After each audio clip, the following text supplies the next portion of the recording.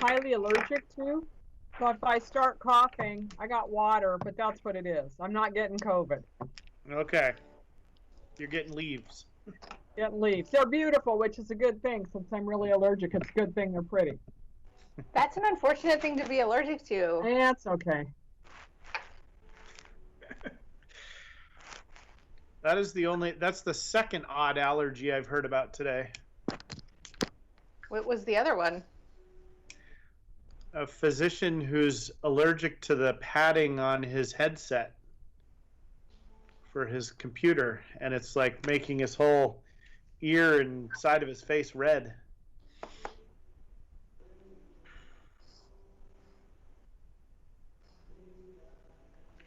We also have a sleeping baby. Hey, Elizabeth. Hi, Elizabeth.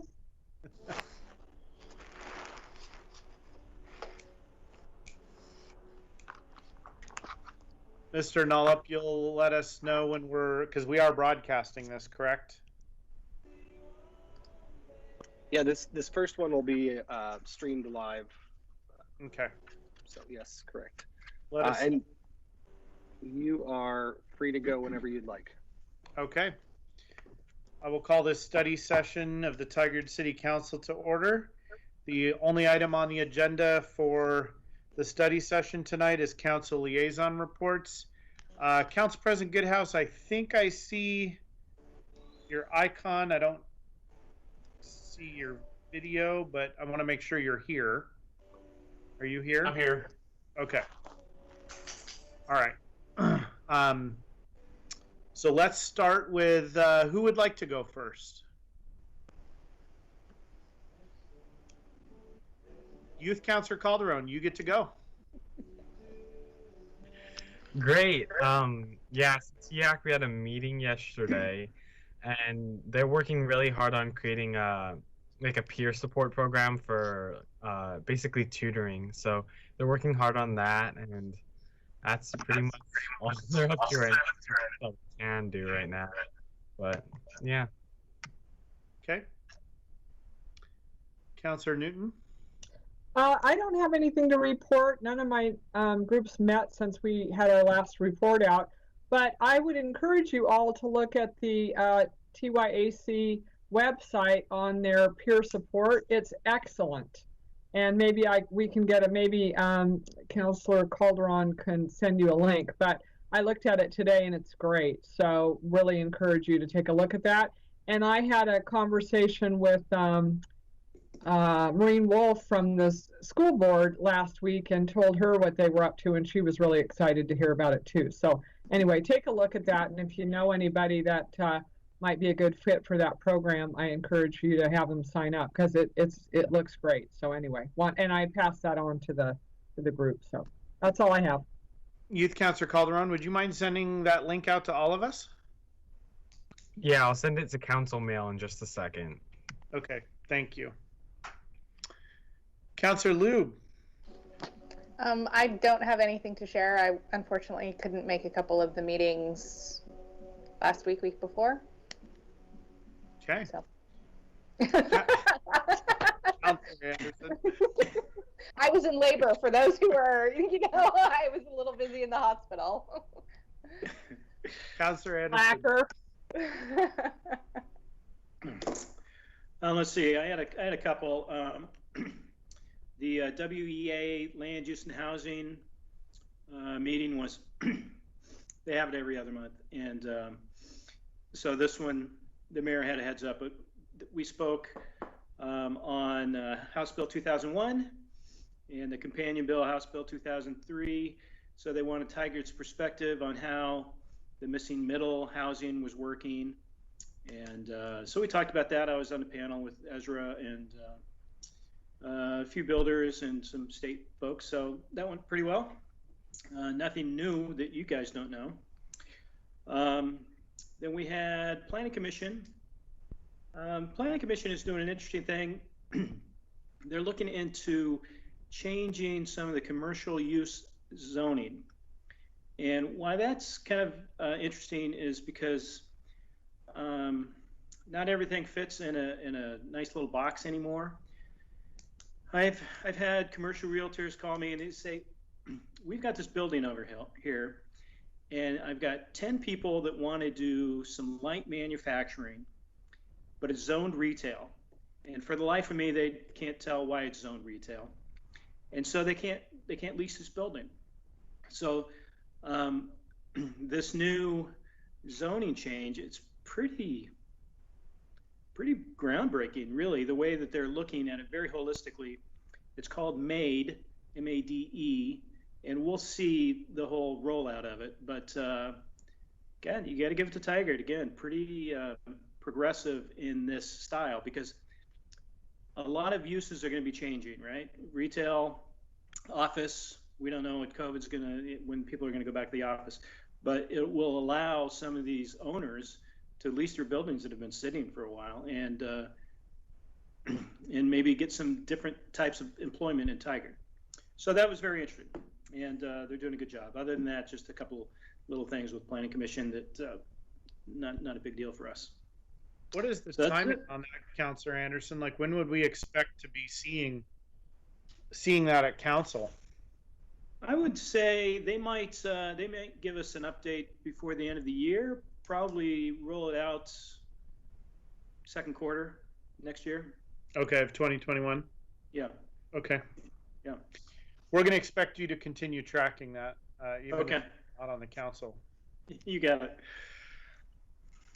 Thank you. Anything else, Councillor Anderson? That's it. All right, Council President Goodhouse. Okay, an update. I don't know if anyone else is registered, but tomorrow, the next day, is a virtual conference for Railvolution, a conference that focuses on transit and rail and light rail throughout the country.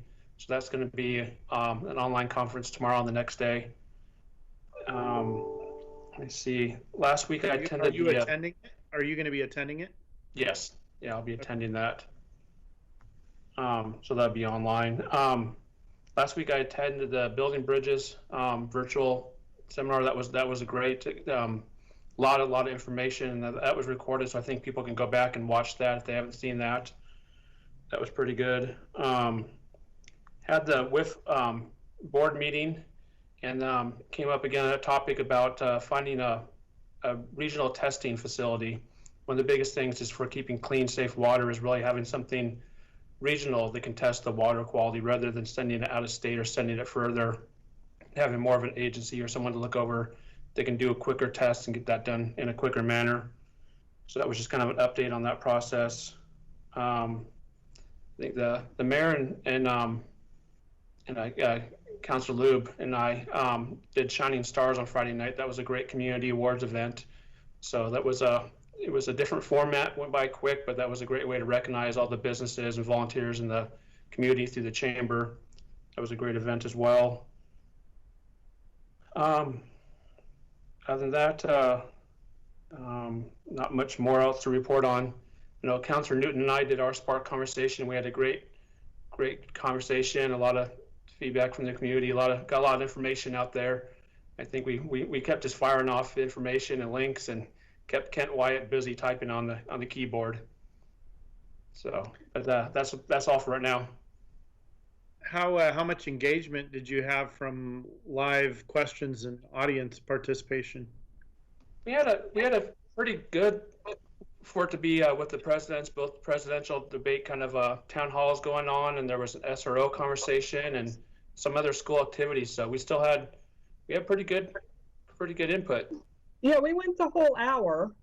We Nice. had people weighing in the whole time. You know, there would be a little bit of a lull, so we'd throw out something. And a couple of times it sparked questions that people had about what we were sharing. So, yeah, we went the whole hour. So, yeah, it was good. And as Council President Goodhouse just said, we had some competition that evening. So we were pleased that people tuned in.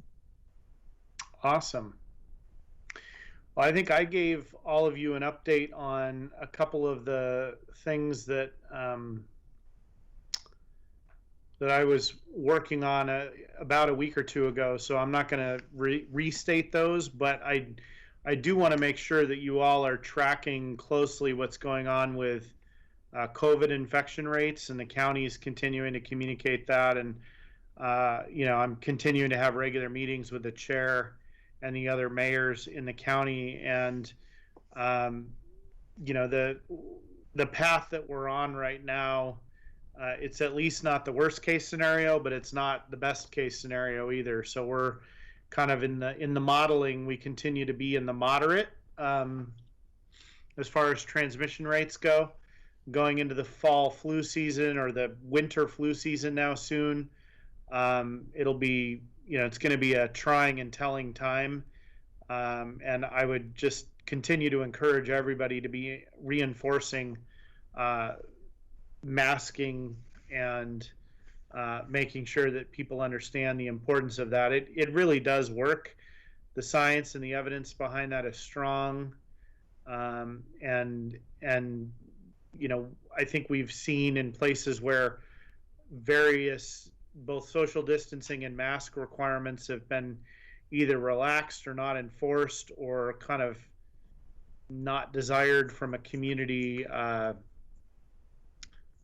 culture perspective. We're seeing rates that are really concerning, and in fact to the point where there may be patients that are being moved to Oregon for treatment soon, and the only reason that's possible is because we've done a better job as a community, and so have the states of California and Washington and others too. But I would just make sure that you all are kind of continuing to keep the public health part of that in your mind, because it's a big deal, and once the transmission rates, they don't. I think the thing that is hardest maybe for people to understand the impact of, if they're not used to this or used to this type of thinking, is that the transmission rates are not linear. So that's what makes that's why what happened in New York happened in New York, because the transmission rates increase in an exponential manner, not in a linear one. And when you're doing compound interest, that's great, right? Because you build your bank account faster. But when you're transmitting diseases, which is another thing that is on an exponential graph, it's really problematic. So just please keep that in mind as you're communicating, and be aware of the public health implications. City Attorney Rahala, is she on the line? Yes, she is. Okay. Is it acceptable for me to give a brief, if the council doesn't necessarily have a discussion, can I give a brief sort of plan of where, so that the council can use their time between now and 7:30 in a useful way on the Public Safety Advisory Board appointments? Can I kind of lay some things out about that to be thinking about, or can we not discuss it at all until 8:35? Yeah, we can continue in a public meeting to discuss it. Okay. Can we allow the rest of the council to discuss, or do we need to stick to just me sharing concepts? Yeah, we can have a full discussion as long as it's a public meeting, as long as we're still broadcasting now. Every item that we discuss doesn't have to be on the agenda. Okay, well then I'm going to propose that we start our discussion then on the Public Safety Advisory Board, in the interest of trying to work through that, if everybody's okay with that. Is any council member not prepared for that? I'm prepared. Can I make one other comment, Mayor? Sure. I just wanted to, another piece of information. I know that a big thing that came up on the Spark conversation with Councilor Newton and I, and through different emails to the city, was asking about when bowling is going to open, or skating rinks in the counties. And as of last week on Thursday, skating rinks and bowling alleys in Washington County, Multnomah County, and Clackamas County are now open with restrictions under phase 1. So for anyone that doesn't know that or been watching, that's a great update. And I know the mayor and all the councilors and staff and so many different people were involved in getting that done. So thank you for everyone's hard work. Yeah, thank you for that update, and that's a great call out. I think we, ironically, I was actually out supporting Tigard Bowl and in front of Tigard Bowl and protesting when I got home, I got the notice or read the notice that it had been approved, which was really kind of a funny moment for me, but that's how life goes. I wish I'd seen it while I was there. I could have told them all the good news. Okay, let's transition to the Public Safety Advisory Board. I want to just kind of set the stage a little bit to try to help us through this conversation and structure it a bit. So the first thing that I'm going to say is that the top 4 places, which included 5 people in the community voting, I felt had actually by a fairly significant stretch the most thoughtful and thorough answers and responses. And the reason I raise that is that unless people object, this is just a proposal to all of you, I'm going to recommend that for the simplicity of working through this conversation, that we take those top vote getters would be Jimmy Brown, Justin Lowe, Danny Rada. How do we say? I want to say his name correctly. Chief McAlpine, you know him. How do we say his last name correctly? Rada. Danny Rada. Okay. Valerie Sisiski and Thurman Lee Sanders all were the top. There were 5 people. That's 5 people that came in first, second, third, and tied for 4th place. Based on the content of their submissions and the votes of the community, I'm going to recommend that as a place to start with, that we consider, and I'd like us to discuss this, consider basically taking them and then working on the next 2 permanent appointees and the 2 alternates. This all also is predicated on the fact that we agree, and I haven't heard anyone provide an alternative, but that we agree that the Chamber of Commerce position is going to be filled by a community member as well. Because then we're really looking for 9 people, if that's the case, 9 individuals, 7 of them permanent, regular voting members, and 2 alternates. So I've just said a lot. Why don't we get everybody's input on that proposed process? Council President Goodhouse. Are you frozen? Uh-oh. Councilor Newton, we'll go to you. He looks very frozen. I think I just turned my video off. Okay, I think I'm back. The only thing I would say is I had a question. Valerie Sasaki, I want to say her name correctly, had some business experience. She had kind of a business perspective. So one of the proposals I was going to make was that not that we assign her the business slot from the chamber, but I was thinking, she would be a good general member that also had that business experience. So I was going to recommend her be appointed, but I sort of set her to the side because I didn't know how we wanted to deal with the chamber appointment. Are we just going to say we're going to have 7 community members, or how are we going to deal with that? So I saw her as a good addition to the board to fill the desire we had to get some business perspective. So I would make that comment. Okay, and I think Council President Goodhouse he did text me that he got kicked off, so I trust he'll be trying to get back in. He had another person that I think he felt like met those qualifications as well, Councilor Newton, on the business side. So there may be a couple of choices. Councilor Newton, could you support? I'm going to ask everybody this. Can you support my initial proposal to move forward with the top 4, which includes 5, or the top 5 vote getters, which is 1 through 4th place? Yes. Okay. Those were all with the addition of, and including Ms. Sasiki. Yes. Yeah.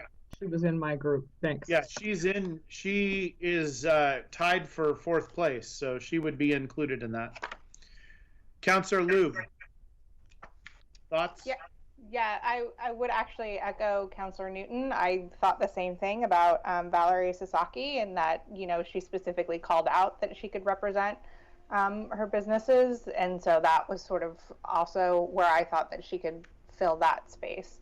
But I wholeheartedly support moving on those 5 people and appointing them to the board. Okay, Counselor Anderson. Yeah, I support it. It was the kind of an obvious break point. So Yeah. those 5 Okay. get in. Yeah. Youth Counselor Calderon. Just like you said, they really had exceptional applications, so I think that we should automatically appoint them already. Okay. So let me see where it looks like Council President Goodhouse is trying to get back on. Council President Goodhouse, can you hear me? I just got back in, so I missed the whole conversation. That's fine. I'll recap and tell you what just happened. So I proposed that the top 1 through 4th place, which includes 5 people that clearly had very thoughtful applications and significantly more votes from the community, that we appoint all 5 of them. And Councillor Newton made a point about candidate Valerie Sasaki, that she felt like she had some business experience that would be helpful. And Councillor Lube echoed Councillor Newton. Councillor Anderson gave a thumbs up to the plan. And Youth Councillor Calderon just commented that he agreed there was a fairly, that there was a break point and a robust set of responses from the 5 we're talking about. So at this point, if you could comment on what you think about appointing Jimmy Brown, Justin Lowe, Danny Rada, Valerie Sasaki, and Thurman Lee Landers, that's the first set of things that I'm trying to work us through from a process perspective. Okay. And I guess I should clarify, there will still be 2 more members that we need to sort through from the remaining, and then 2 alternates. So we still have work to do. It's just more, to me, these choices seem pretty obvious, and the less complicated we can make it, I think the better we are. So that's why I'm proposing this part of the process. Okay. I had sorry, I have these different files. So I have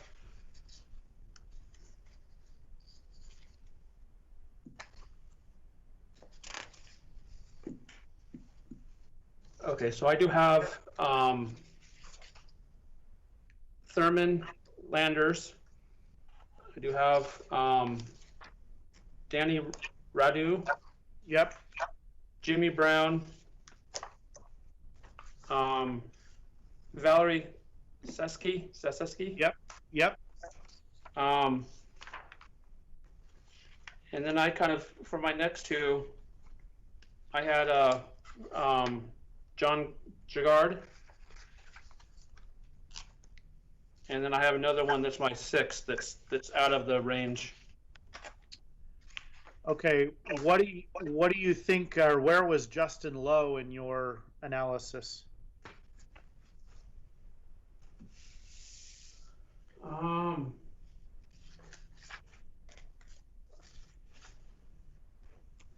I had him kind of as a maybe.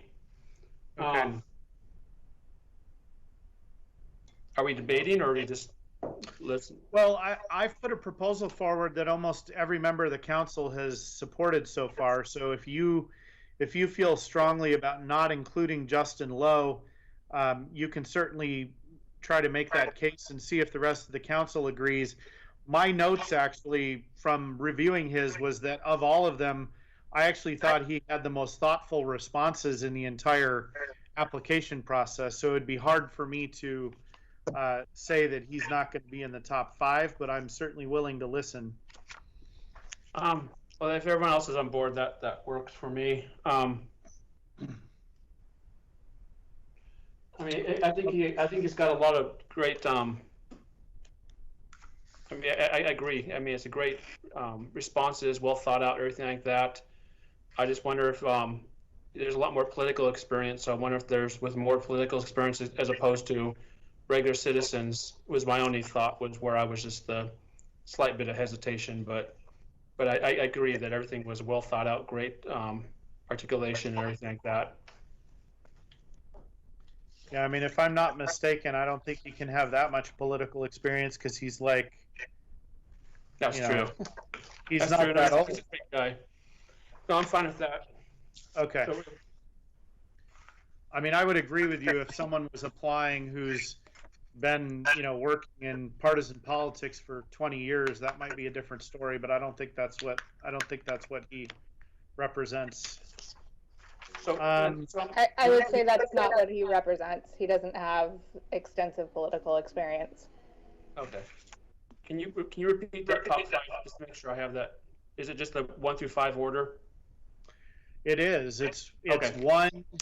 one Jimmy Brown, 2 Justin Lowe, 3 Danny Rata, 4 is a tie between Valerie and Thurman Landers. So those 5 that are tied are 1 through 4 tied for 4th. So Okay. those would be 5.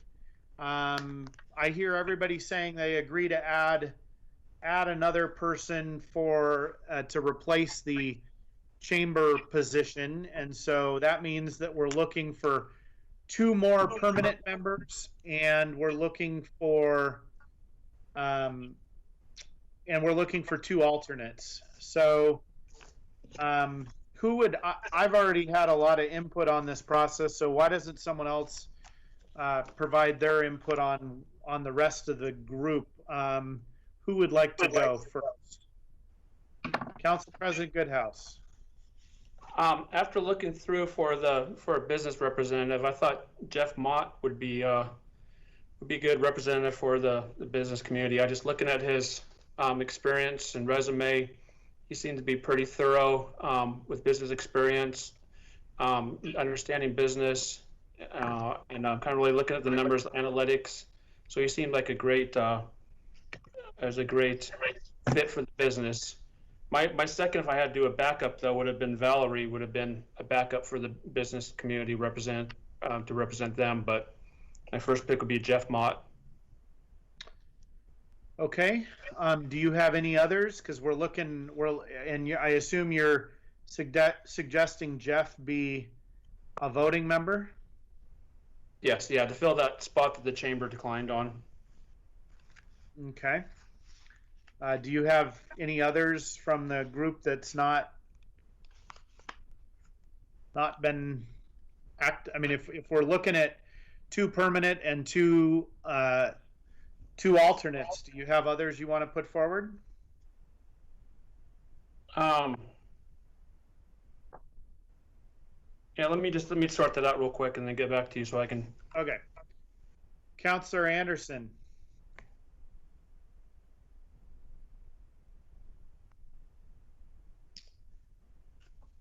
I've got a question about Scheherazade. She's 19, right? So she's young. Would that we're still going to have a youth person besides this? We would have Youth Councillor Calderon, and we would have a member of the Tigard High School Black Student Union, Okay. which will be Abdi, the current president. He has indicated he plans to participate himself.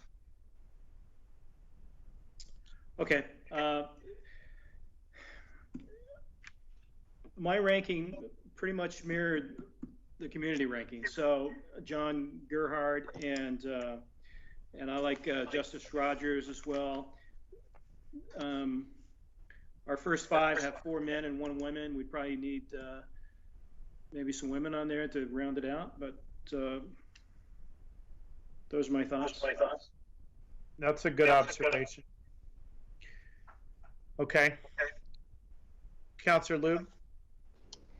Yeah, if we're talking about voting members, my next 2 would be John Gerhardt and Scheherazade Wayland. I know that Scheherazade is young, but I think that the crisis call worker experience is extremely relevant and an important perspective to have at the table. Thank you. Councillor Newton? Yes, I had Scheherazade for the same reason that Councillor Lube had. What I was looking for was people that were willing to really share, you know, their experience, and because I think that's going to really be important. And I thought she did a particularly good job of that. You know, there's a lot there, and so that was compelling to me. I also had John Gerhard in that second group. I kind of did them in groups. And then the other one I was looking at was, and the reason was because it was different, was Patty Lofgren, because she's a female. She did a lot of work on the application, I thought.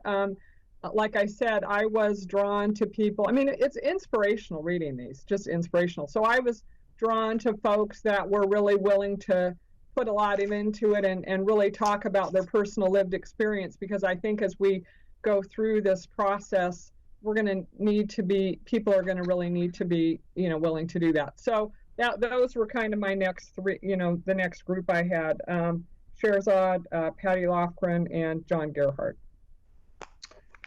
Youth Councillor Calderon.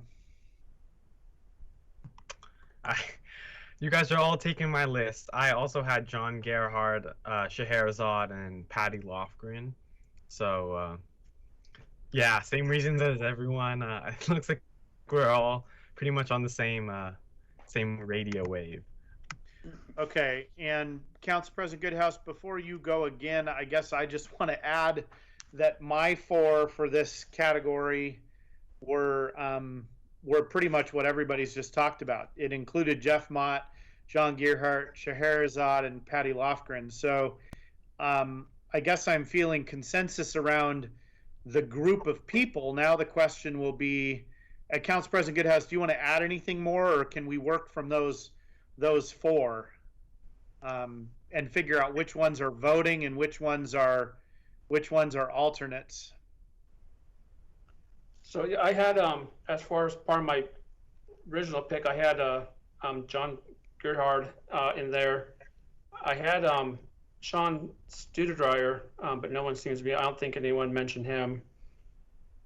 And then I did have kind of looking at maybe alternates or in the mix. I have Patty Lofgren, Scheherazade, yes. Yes.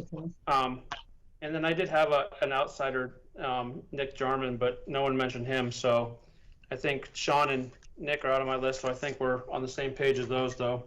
I can come to consensus on that. Well, I can say Sean and Nick, I mean, for what it's worth, they were my next two. So like they weren't far out, but they were not at just the way they presented, and the content was not quite as strong from my perspective.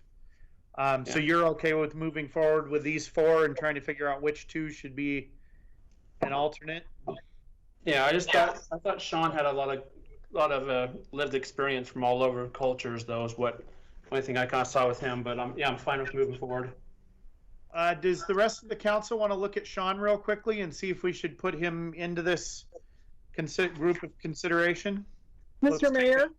Yes, Councillor Newton.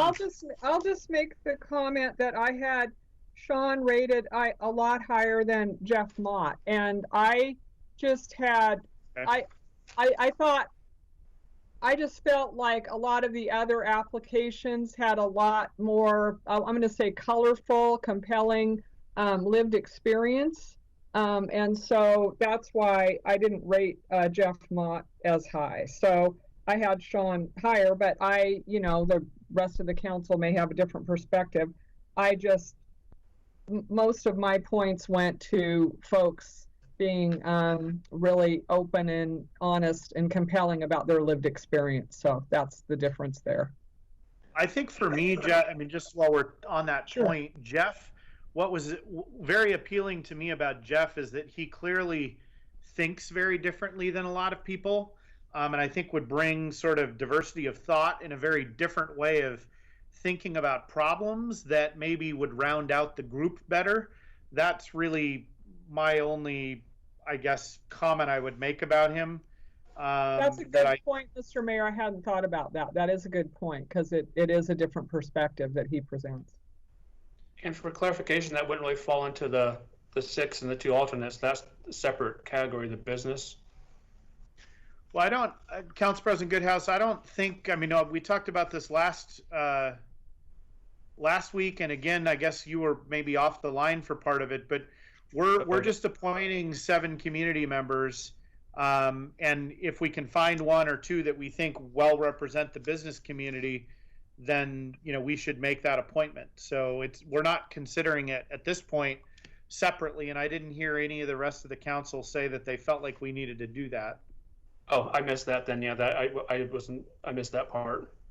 I thought I was going off from last week that we were doing a mental health person and a business person separately, but yeah, I mean, when the chamber didn't appoint somebody, I think we're then down to looking at the community members, and we will get to the mental health position in a moment.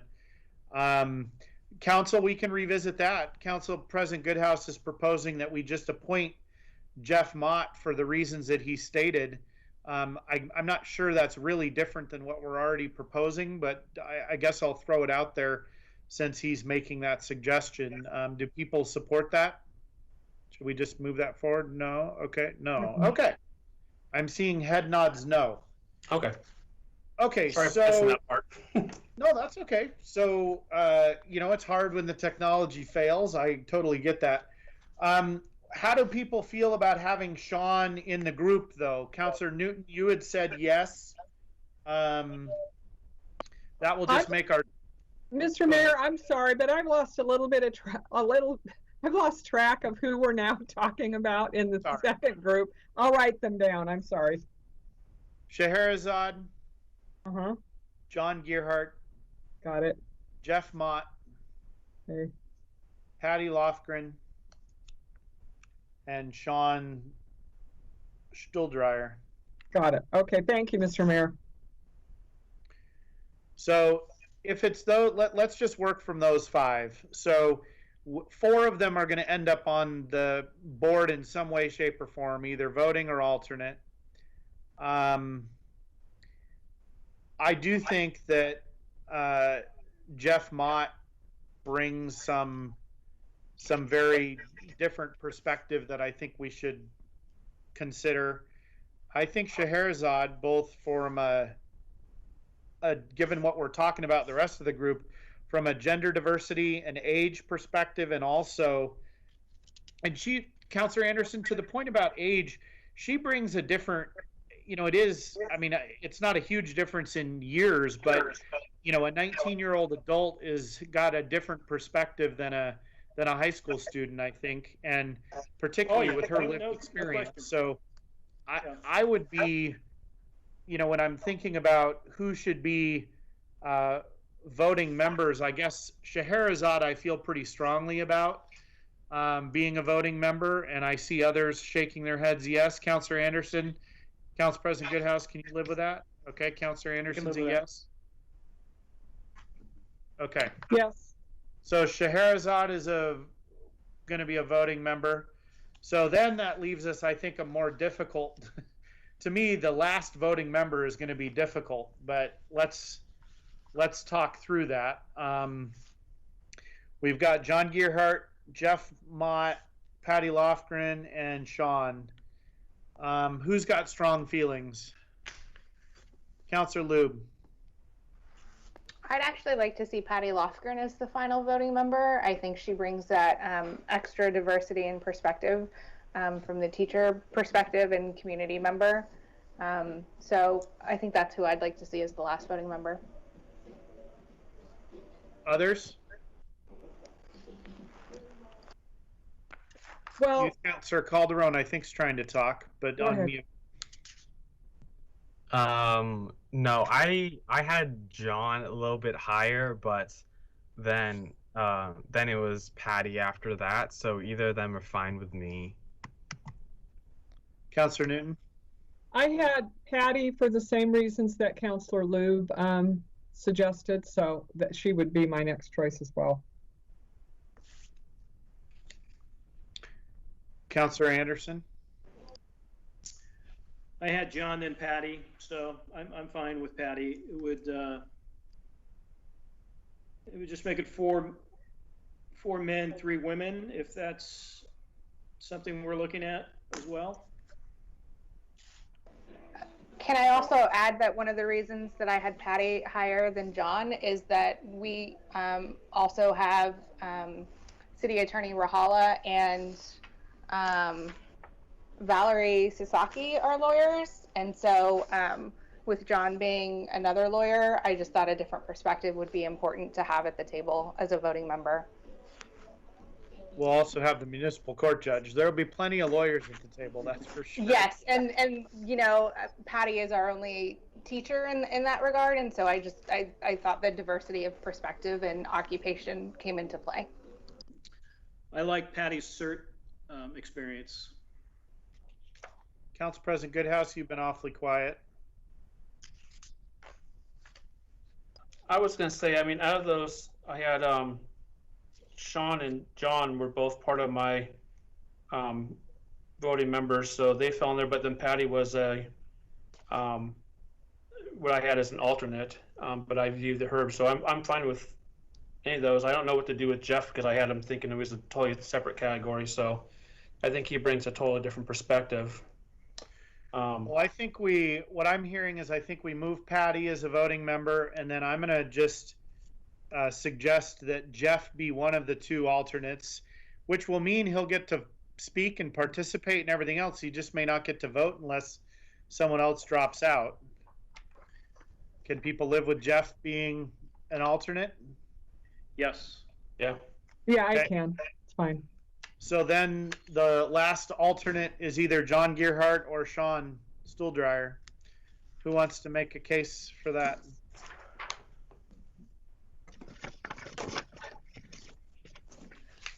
Well, John got, 20, or wait, roughly 30 more votes, from the community. He did. And yeah, I mean, I would agree. He did. And, that's the difference between being in 7th or 16th place. That's kind of a big difference too. For those reasons, Counselor Lube, sorry. No, I would just say that I would be in support of John being the final alternate. Okay. Me as well. I would be too as well. Yes.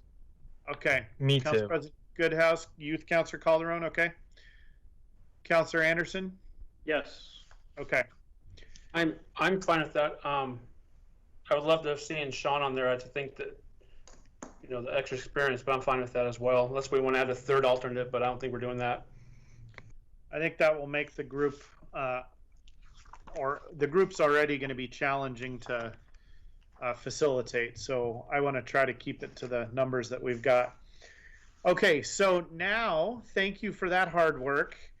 I wanted to let you know that nobody applied formally for the mental health representative, but John Trin, the CEO of Luchtdorf, which I know has recently changed their name, and I don't have the new name memorized, but he has expressed interest in participating as the mental health representative. And when I called and asked him last week, he said that if we appointed him, he would accept it. So I'm going to recommend that, given the lack of other people's interest and him being eminently qualified, that we appoint him as the mental health provider representative. Can everybody support that? Yes. I would just want to add that we're lucky to have him in our community and to be so excited about this and to want to spend the time. And so it's a great idea. I agree, Councilor Lube, wholeheartedly. So I think the last appointment we need to talk about is the council representative. And I've had some conversations to gauge interest and also thought a fair bit about this. Obviously, it needs to be someone who's going to be remaining on the council. It also probably should not be a brand new member to the council, which, leaves not as many people. I don't think it should be me either. I've been pretty clear about that. I think I've already had an undue level of influence and et cetera on this topic, and I don't think it is appropriate for me to be at that table, and I think it would be potentially distracting and not helpful. So I am, based on conversations and given who's what where, my proposal to all of you is that Councillor Newton serve as our council representative on the group, and we can discuss. Councillor Lube's already thumbs up. Okay. And so I just wanted to check for agreement on that, and make sure there isn't any major concern with that. Councillor Anderson, you're ineligible. You can vote. I'm ineligible. But you're ineligible. You know, if she's willing to do it, it's going to be a lot of work. It's important work, and I thought about it. It's important work, and I'm enthused about it. I read all these applications, and I was inspired. So yeah, I'm enthused, and we'll you know me, when I'm all in, I'm all in. So I'm enthused. So. Okay. All right. So can everybody? Maybe we can get thumbs ups. Can everybody support Councillor Newton in that role? Okay. Thank you. Staff, have we missed any appointments? You have not. I'm very impressed by the facilitation, and it's evident that everyone did their homework. So I'm applauding you, and we filled out the roster with a really great slate of candidates. So thank you. How are they all going to be notified? So that's what we will do next. That will fill up our days tomorrow, and we have scheduled time on the November 10th agenda for the formal appointments. Okay. And we'll make the adjustments to the numbers and all that at that time. Yep. Okay. Council President Goodhouse? Could I just keep bugging me in the back of my mind. Is there any way that maybe with the chamber we could reach back out to them and see if they have a board member may want to step in and do that? I'm just thinking about having a representative from the business community. I'm sorry, Council President Goodhouse, you cut out in the middle of that. Joining. Can you say that again about who you think from the chamber reaching out to the chamber? What did you say? Oh, I was gonna say, could we maybe think about reaching to the chamber and see if maybe a board member could represent the chamber from the business community?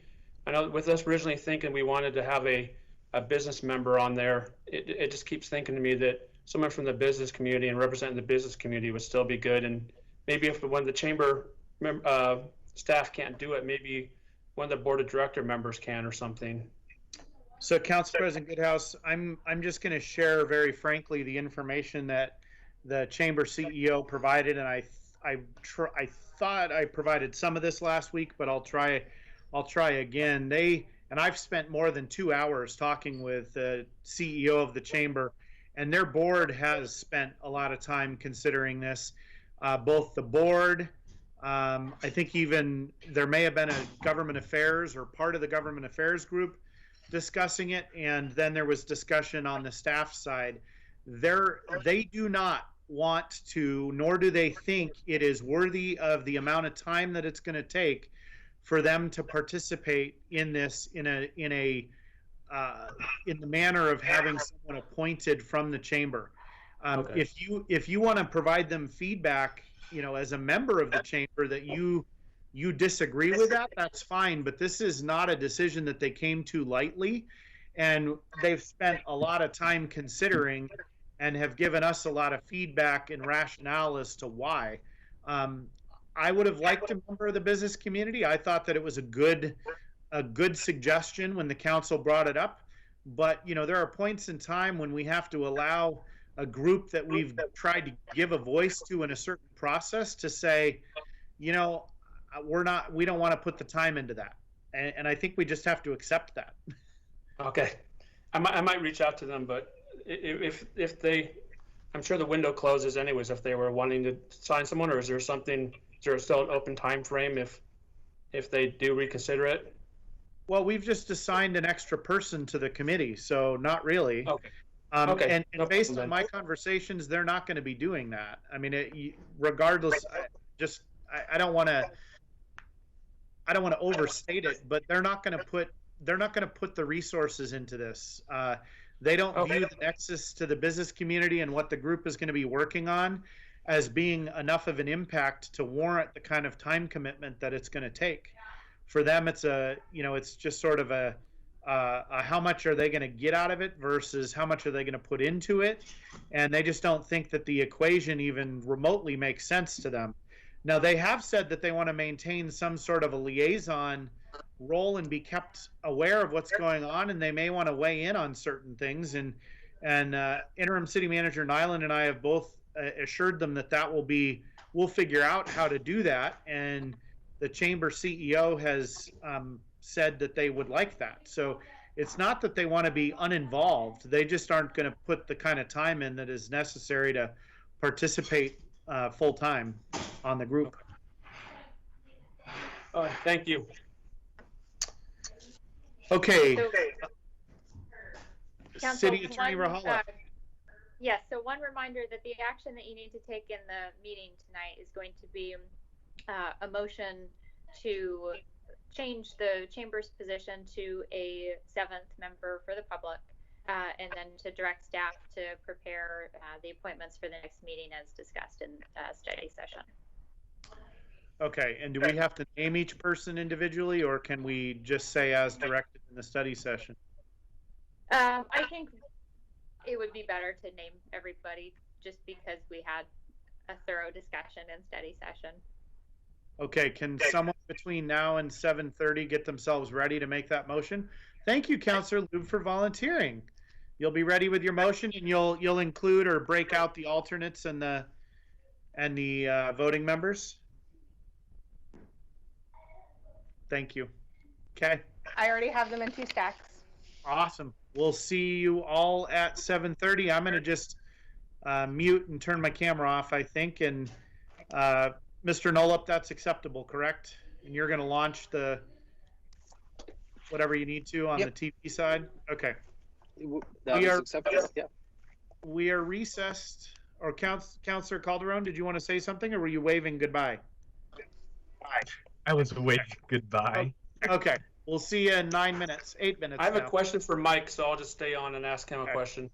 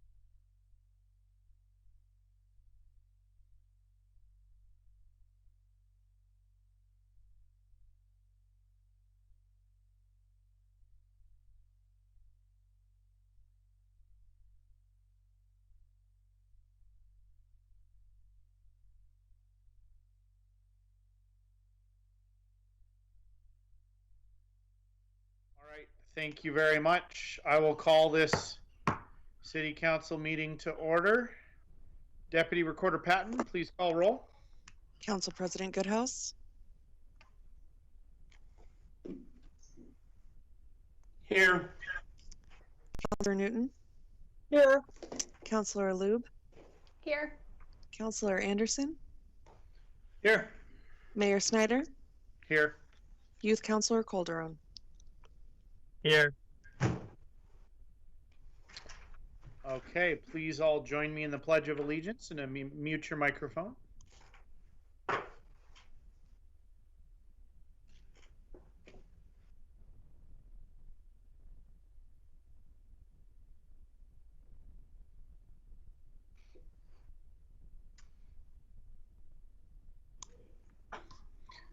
Okay.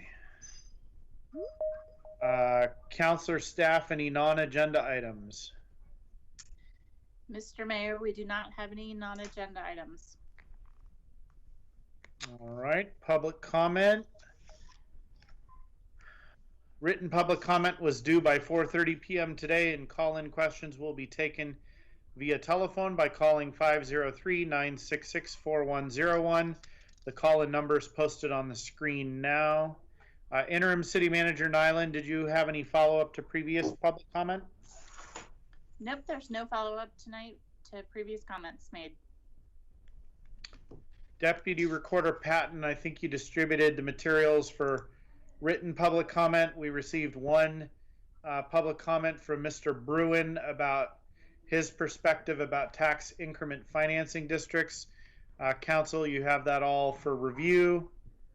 It is a lengthy document, so I would encourage you all to, if you haven't already, to take a look at that. Does anyone need a moment to review it? Or has everybody looked at it already? Okay. All right. Deputy Recorder Patton, there were no others, correct? You are correct. Okay. We'll move on to public comment on the phone-in side. Mr. Nollup, Mr. Mayor? Yes, Mr. Councilor. Mayor, excuse me. In Mr. Bruin's written communication, he had some specific questions, so I'm going to just make sure that Interim City Manager Nyland will make sure that there were a couple of questions that those get a response. It was rather lengthy, but there were a couple of questions in there. Thank you very much. Of course, and we will get a response. Mr. Nollup, do we have any callers in the queue for general public comment? Mr. Mayor, there are no callers at this time. All right. We'll move on to item number 4 on our agenda, which is an informational public hearing to consider a resolution adopting the fiscal year 2021 special budget supplemental. I will open the public hearing. Anyone that wants to offer testimony will be allowed to do so. Written comments were due at 4:30 p.m. today, and those wishing to testify via phone can call 503-966-4101 to be put in the queue. First up will be staff report, Mr. LaFrance and Senior Management Analyst Kang. Good evening, Mr. Mayor and Councilors. My name is Steve King, a Senior Management Analyst from Finance and Information Services. Tonight, I'm here to present the fiscal year 2021 special budget supplemental. This supplemental budget contains one item. Back in April of this year, City Council approved an initial COVID-19 response measure implementing Tigard commercial assistance and relief for economic stability, also known as Tigard Cares, and the first round of the Resident Aid Fund of Tigard program. The latter is also known as RAFT program. The RAFT program focused on residents and was able to provide immediate assistance through grants. The areas in the assistance included, but not limited to, utilities, rents, food, shelter services, medical transport, childcare, and support for seniors. This supplemental budget request is a second round to the RAFT program, requesting a one-time allocation of contingency from general fund to support Tigard residents. This fund will support Tigard area nonprofits to supply aid to residents impacted by the COVID-19 public health emergency. In summary, the supplemental budget will increase the overall budget by roughly $100,000, but no changes to the fund reserves. Staff is recommending the approval of resolution implementing the special budget supplemental. If you have any questions, we're available to answer any questions. Okay, so just to be clear, we're in a public hearing, so if you have questions of staff, that's great. Now is not the time for deliberation. We'll do that after we close the public hearing. So are there any questions for staff? I know we had a briefing on this in the last couple weeks, so I wouldn't necessarily expect a bunch, but if there are any further that came up, please let me know now. All right. Deputy Recorder Patton, did we have any written testimony by the 4:30 p.m. deadline today? No, Mr. Mayor. Mr. Nollup, are there any callers? There are not any callers. Okay. I will close the public hearing. Council discussion and consideration of resolution number 20-52.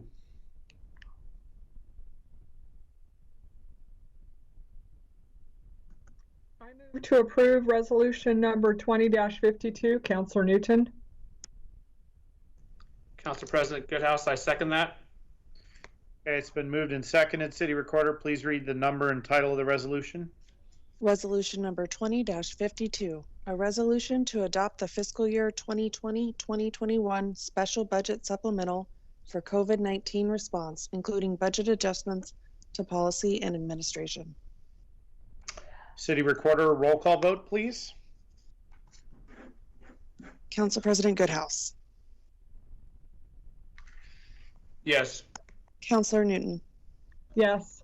Councilor Lube. Yes. Councilor Anderson.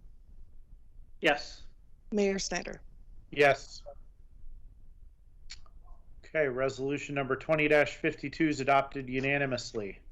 Mr. Mayor, I just want to thank staff for bringing this before us. This is kind of a, difficult time we're in, and I appreciate their, just getting this before us so that we can continue to provide assistance to those in our community that need it. So thank you. I think the amount of flexibility that everybody's having to show, including our staff, is quite great. And, we're all having to move through life in a different way and react to things we never expected. So I think absolutely on point that our staff are doing a great job with that. And this is an example. All right, let's move on to item number 5 on the agenda, which is to consider a resolution appointing a member to the Water Advisory Board. Mr. Goodrich. Good evening, Mr. Mayor and councilors. For the record, I'm John Goodrich, Public Works Executive Manager, and I'm also the staff liaison to the Tigard Water Advisory Board, and it's known by the acronym as the WAB. Ms. Nelvarne is present tonight, but I don't know.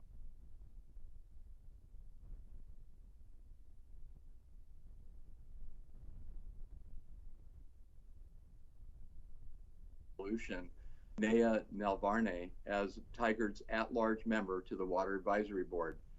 Nea was interviewed by the WAB members on October 14th, and a motion was approved to recommend her for the appointment. We're excited to have her join and participate as an active member of the WAB.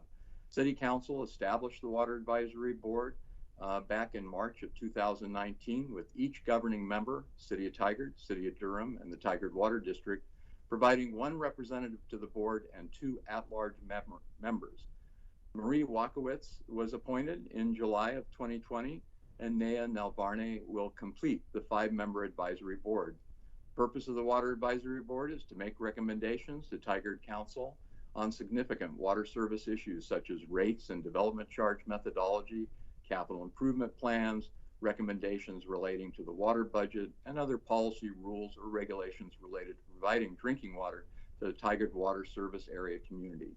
Staff is requesting the council approve the resolution appointing Ms. Nelvarne to the Water Advisory Board effective October 27, 2020. until the expiration of the term in December 31, 2021. With this is the end of my staff report. And I would ask if the community members available, I think we saw her admitted to the lobby or trying to be admitted to the lobby. Is she available to say hi briefly, Mr. Nolan? Hi, can you hear me? We can. Great. Hi, thanks for having me. I'm happy to be here. Well, thank you very much for agreeing to participate. This is a very unusual time. Normally we'd, all clap for you, which we can do anyway. We can, after we act on this, we'll clap for you. I would normally hand you a Tigard pin, but I'll have staff, interim city manager Nyland, can you make sure a pin is mailed to our representative here? And I want to make sure we're saying it correctly. Is it Neha? Is that? It's Neha. Neha, okay. Thank you. Phonetics on this are not quite accurate. I'm sorry. So I should have gone with Mr. Goodrich. Okay, Neha. Thank you very much. Really excited to have you participating. This is a real, water is something that's super important to our community and people tend to forget about, but the moment they don't have it, it becomes a big deal immediately. So we're just really lucky to have your participation. And council, do we have a motion? I move to approve resolution number 20-53. Council President Goodhouse, I second that. Okay, it's been moved and seconded. City Recorder, please read the number and title of the resolution. Resolution number 20-53, a resolution appointing Naya Navarna as an at-large member of the Water Advisory Board representing the interests within the city boundary. And a roll call vote. Council President Goodhouse. Yes. Councilor Newton. Yes. Councilor Lube. Yes. Councilor Anderson. Yes. Mayor Snyder. Yes. Okay, resolution number 20-53 is adopted unanimously. And Neha, congratulations, and we'll all clap for you. Thank you. Appreciate it. All right. Thank you very much. Mr. Mayor and Council. We will get a pin out to you. Yes, Mr. Good. Mr. Mayor and Council, thank you for your time. You bet. Thank you. All right, we'll move on to the next item on our agenda, which is hiring criteria for the Tigard Municipal Court Judge. HR Director Bennett.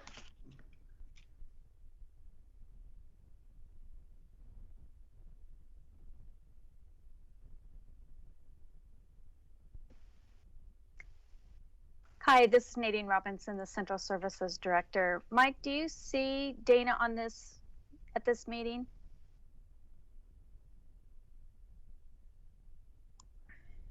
I'm looking through the list right now, and I do not see her in the meeting right now. Okay. Well, I know she was planning to be here. So if it's okay with everyone, I'll just go ahead and kick us off. And we can either do that or we can come back to this agenda item, Nadine. Which would you prefer? Well, why don't we give her a moment to get to the meeting, and I'll try and contact her really quickly if you want to go on to the next item. Okay. I'm just looking at what we have. Why don't we wait a moment and see if she's immediately available? Because the next thing we're going to be doing is another public hearing that's going to take some time. So. Okay, sure. I believe she just arrived, so. Awesome, perfect. Director Bennett, you're on.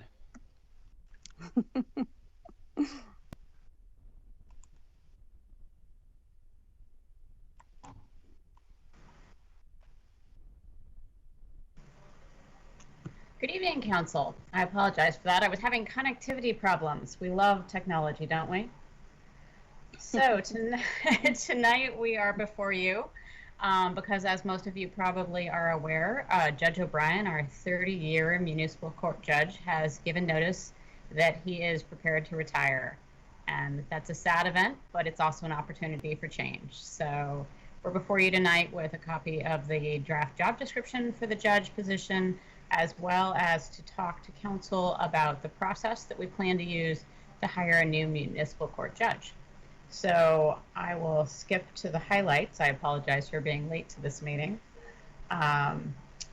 We have three. So first I want to cover, I guess, how we have done this in the past. So previously, staff have done a full recruitment process and made a final recommendation to council, and council has adopted, I'm sorry, Nadine, have they done a resolution?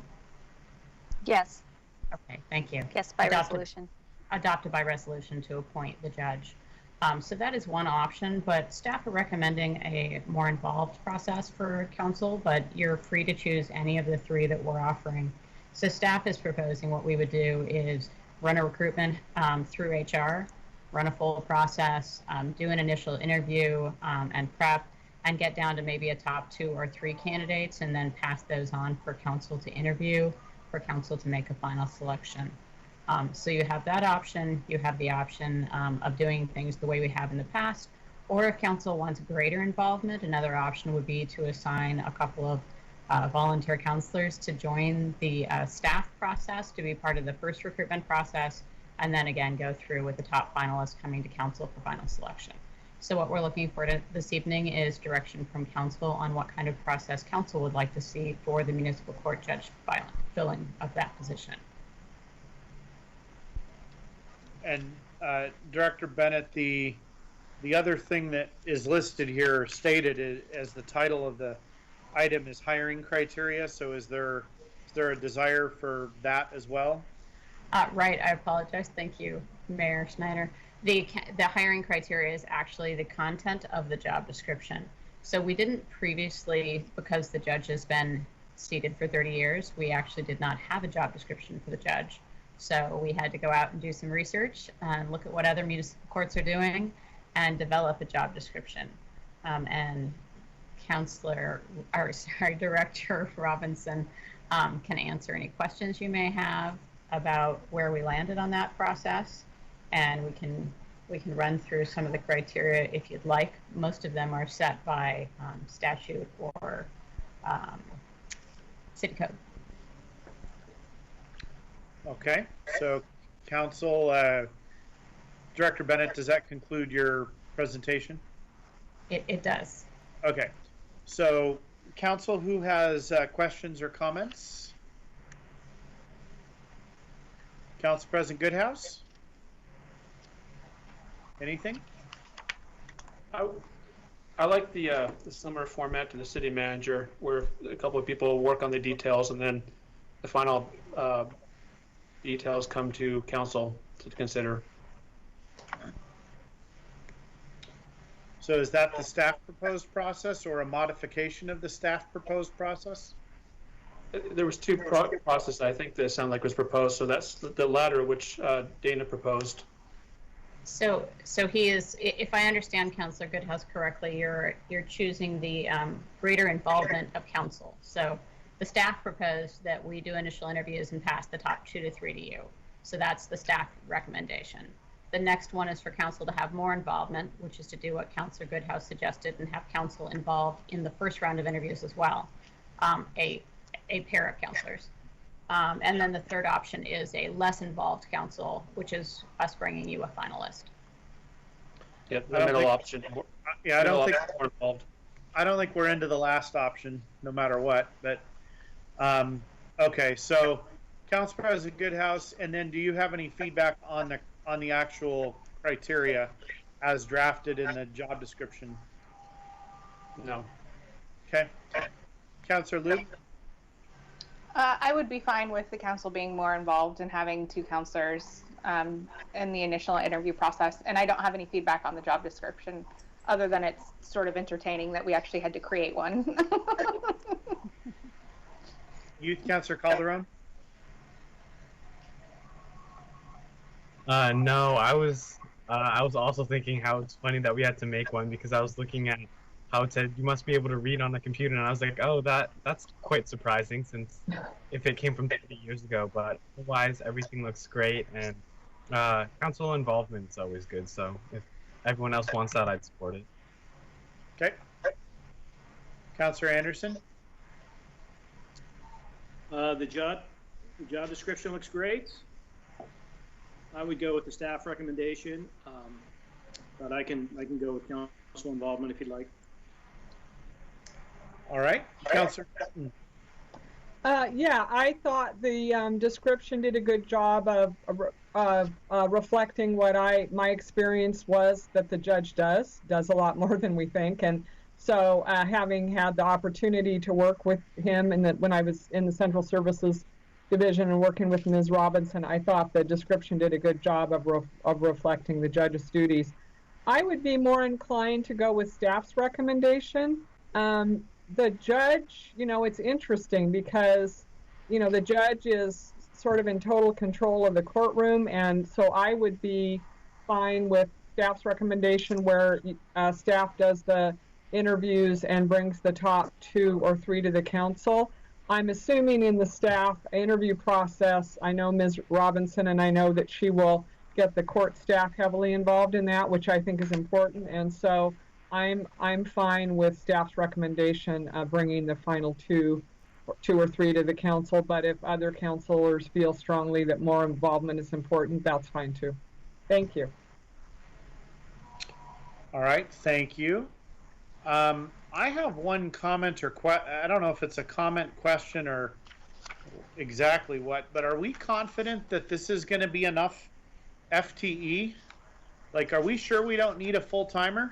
I guess that's my question. I'll let Director Robinson. Go ahead. This is Director Robinson. And at this point, with COVID, we're not holding in-person court. We're doing everything either virtually or by phone. And what we're hoping is that this next 6 months, because the photo enforcement program is still relatively new, will give us a better idea of what it's going to look like as it evens out. So to answer your question, yes, for now, we're pretty confident that these are good hours. Okay.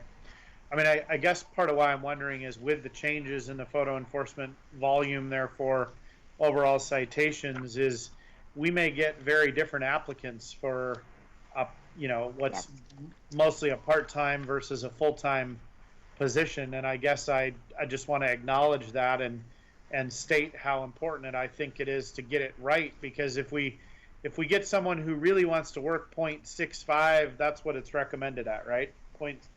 Correct. Or 0.5 to 0.65, and then that person's got to work a lot more, or we get, we don't get applicants we could have gotten once we know it's got to be 1.0. I guess it's got me a little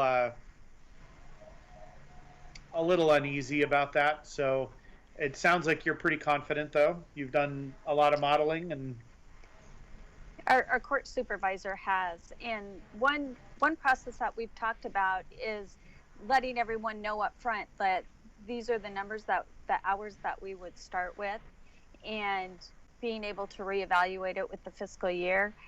Right now, we could not keep a judge busy 40 hours a week. We don't have enough work for that. Okay.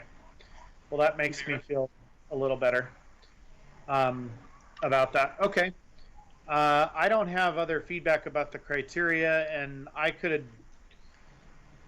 to me, the council evaluating 2 or 3 candidates would be acceptable to me, because ultimately we're making the decision. I would not have been comfortable with them just bringing a final candidate, but I think bringing 2 or 3 would have been acceptable. But I also, it's kind of hard to disagree with more involvement. So Councillor Lube and Councillor Goodhouse, are you both willing to be the participants? Sure. Okay. Yes. So rest of the council, I hope you're okay with that as a process moving forward to allow them to participate. Okay. And a question, if you sure, Council President Goodhouse. I just wanted to second what your concerns you're stating, and just make sure that any of the candidates we talk, that maybe there is that flexibility, that we explain that situation, that say there's a possibility when after COVID that may be more time. That way we have someone that we could, they would have that flexibility, know that may be asked of them. If we make that part of the interview question or interviewing process, does the state, or could be that that swing time that's thrown in there. So we do find someone and we don't have to go back through the process, or at least we have some of that flexibility as opposed to someone that wants part-time only. So I just wanted to second the mayor's comment.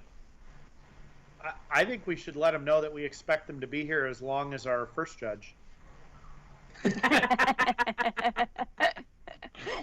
So I will say that Director Robinson and I have talked about ways to structure the job posting to make it clear that sort of there's a range of hours, and that, you know, as COVID settles in or as COVID goes away, that's going to have an impact on those. Director Bennett, do you have the direction you need at this point? I do, thank you. Okay, thank you very much. We're looking forward to getting Judge O'Brien his new replacement, if that's even possible. He's been like a Tigard institution. He has. Thank you. Thank you very much. We'll move on to item number 7, which is an informational public hearing considering a resolution amending the master fees and charges schedule. I will open the public hearing. Anyone that wants to offer testimony will be allowed to do so. Written comments were due at 4:30 today in the afternoon, and those wishing to testify via phone can call 503-966-4101 and be put in the queue. We'll move on to staff report. Mr. Barrett, Mr. Kang. Good evening, Mr. Mayor and Council. I'm Joe Barrett. I'm the business manager for the Public Works Department. I am here tonight with several other staff members to kick off a discussion with Council regarding the timing of the utility rate increases, along with the potential addition of additional funding for the park's maintenance operations.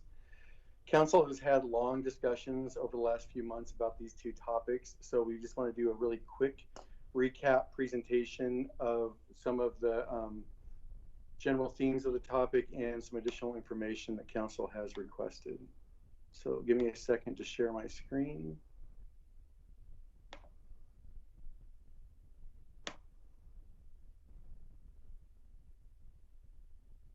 And I shared the wrong one. Give me a sec.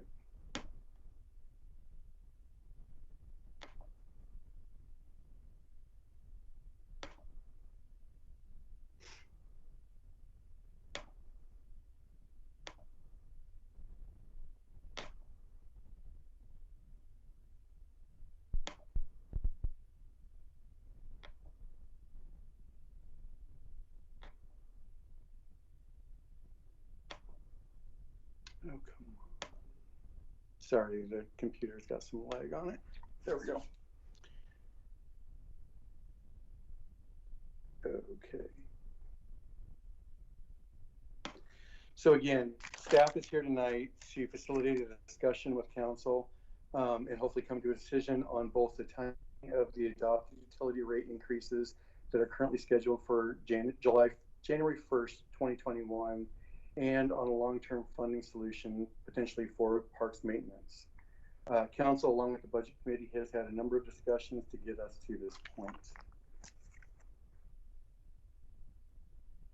Again, the timing of the current utility rate increases is scheduled for January 1st. Council has asked us to bring back a number of additional scenarios and options for that schedule. We included that along with your AIS, and staff is prepared to give Council further discussion of that tonight. In addition, we're here tonight at the support of the Budget Committee to have a discussion on potential increases to the Parks and Recreation fee. The additional rate scenarios that we're bringing forward to you tonight are the postponement of any increases until July 1st. Under this scenario, we would essentially push out the annual increases a year. A second option would be to postpone any increases till July 1st, but combine them with the estimated increases for fiscal year 22. We would in effect have double raises on July 1st of 2021. And then Council also asked us to bring back what if we did it in February or March. So we've also provided Council what the rough monthly cost would be to each of the affected utilities. Council also requested to see a full communication plan related to the rate increases. That was included along with the AIS, and staff is here again tonight to go through any questions council may have had on that plan. The plan can be fully delivered and implemented to support a January 1st timeframe, but in order to do so, we would need to have a decision tonight so we can start that plan as soon as possible. Outside of the rate increases that are already scheduled, staff is here tonight to discuss with council the potential of a long-term funding solution for parks maintenance. 3 positions were included in the FY21 budget. These positions are currently being covered by the use of reserves. Without any additional new funding, these positions are not sustainable beginning with the FY22 budget, which would go into effect July 1st of 2021. And again, Budget Committee supported a discussion at council for this issue.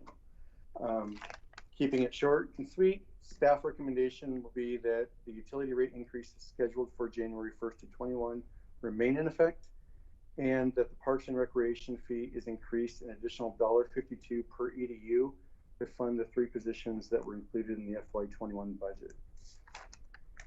Again, I have a number of staff here with me tonight, from Parks Manager McKnight, Public Engagement Officer Grass, Senior Analyst Rico, myself, Director Rager, Director LaFrance, and Senior Management Analyst Kang to field any questions that council may have. And with that, I will open it up to any questions council's got for us. All right, so let's see where we're at in the process. We are finishing staff report. So if there are questions, we're not going to get into deliberation right now. So are there questions on the staff report? Mr. Mayor, Councilor Newton, I have a question. Councilor Newton? Mr. Barrett, the utility rate increases scheduled for January 1st, 2021 remain in effect. So does that mean that we are going with what was originally proposed? So we'd be doing the catch up, or are we, can you explain a little how that would work? Yeah, there's under our recommendation, there is no catch up, there is no proposed rates. Those are actually adopted rates that council put in effect back in June of this year.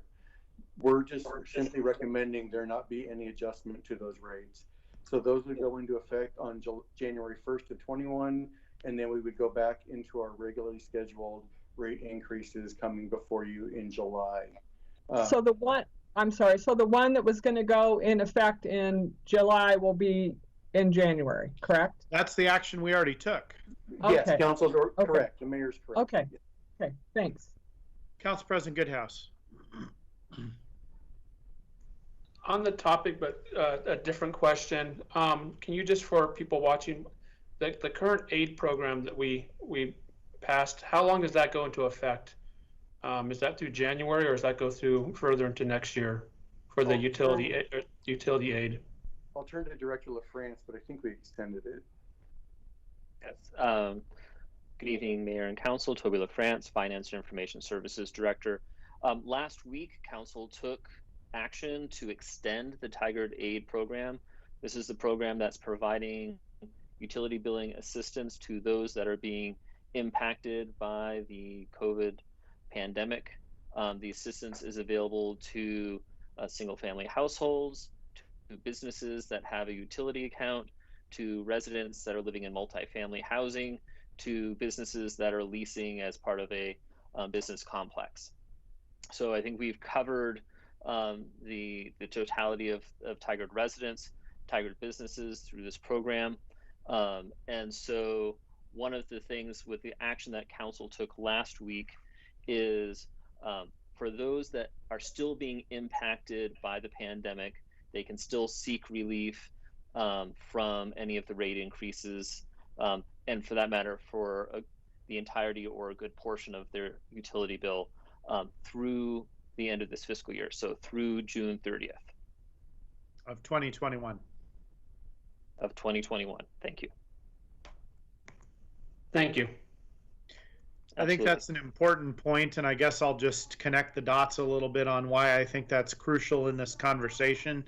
I think that we want to be as a council super sensitive, and I think we have been, to residents that are in need and businesses that are in need and unable to pay their utility bills because of the impacts of COVID-19.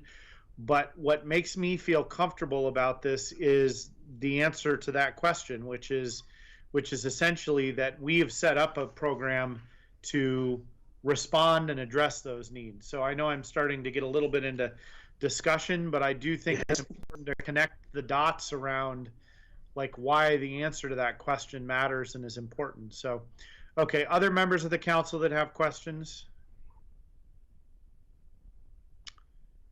I see none. We'll move on to public testimony. Deputy Recorder Patton, did we have any written testimony? No, Mr. Mayor. Mr. Nollup, do we have any callers? Mr. Mayor, no callers at this time. All right. I will close the public hearing. Council discussion and consideration of resolution 20-54. Council President Goodhouse. Well, Mayor, you connected the dots for me. So the reason why I wanted to point out the aid program that we passed as council was not only to take care of current people that are affected by COVID and unemployment and so forth, but also for future rate increases. This was also encompass any of those people that may be affected by these rate increases. So I wanted to point that part out. But I feel that these increases are definitely needed, as stated by staff, that for the system to stay safe and up to date, and for us to stay at a maintenance level for the parks. This is something I feel that we need to pass and move forward on. And we've set up a system for those that are affected and can't pay for it to be taken care of. All right, Councillor Newton and then Councillor Lube. We need to have rates increase to take care of our infrastructure, but I'm concerned about the messaging at this time. I think we need to be really clear about the fact that we're maintaining our infrastructure, which we have a responsibility to do. And I think we need to be really clear about what that means. We're going to TV 50 miles of sewer to do minor repairs to ensure we don't have breaks. We're going to, this is what people will see when they invest these dollars. Because my experience in Tigard, even though it isn't glitzy and fun, we always got a lot of support in surveys for maintenance of our infrastructure. Those investments, maintaining those assets is important to people. But in these times of, the challenges, whether people are suffering economically or not, they're nervous about it. So I believe that, and this is sort of looped, bear with me, the reason our police levy was successful is because we were very specific about what people were going to get.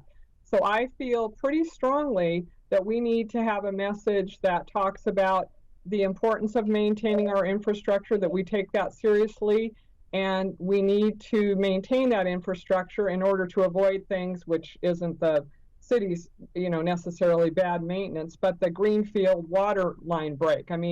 If we can maintain our infrastructure, we can keep it from, deteriorating. I think it's really important to talk about the street maintenance fee and how it helps maintain our streets. And what does that look like? What does a PMP of 80 look like as opposed to a street that's in a lot worse shape? I think the messaging needs to be simple, that it's important to maintain our infrastructure, that this is the way we do that, and what does that mean? What are you out there doing to maintain the infrastructure?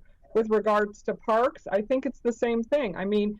Voters asked us in 2008 or 2009, whenever it was, to buy more parkland, which we've done. We need to maintain those parks, but I think people think that's important.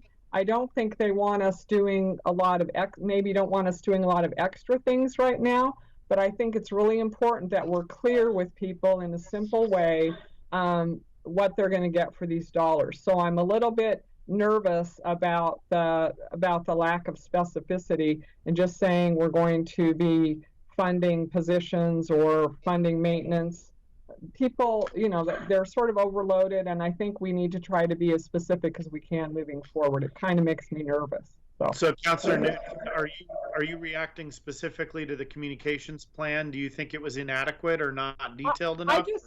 I just feel like it, in this time, it misses the point a little in terms of being, people are overloaded with information. I think it needs to be simpler and more specific in terms of, you know, what maintaining sewer lines, what is that? You know, you TV 50 lines of sewer a year. I don't know what it, how, I don't want to direct it too specifically, but I think some of these key messages aren't specific enough, and they don't acknowledge that fact that we know this is trying times and you know, challenging times for folks, but we have a responsibility to make sure that we invest in, you know, the maintenance of our infrastructure. If we don't, it's going to cost more down the road. We do have programs to help folks that are challenged, and what does that look like? What does that mean? And I think the messaging needs to link those things and be a lot more clear. I think your last point there about linking it to people, to the programs that we have that Council President Goodhouse and I were highlighting a moment ago, I think is crucial as we're sending this message as well. Mr. LaFrance, did you want to add to this? Is that why you were bringing your camera on?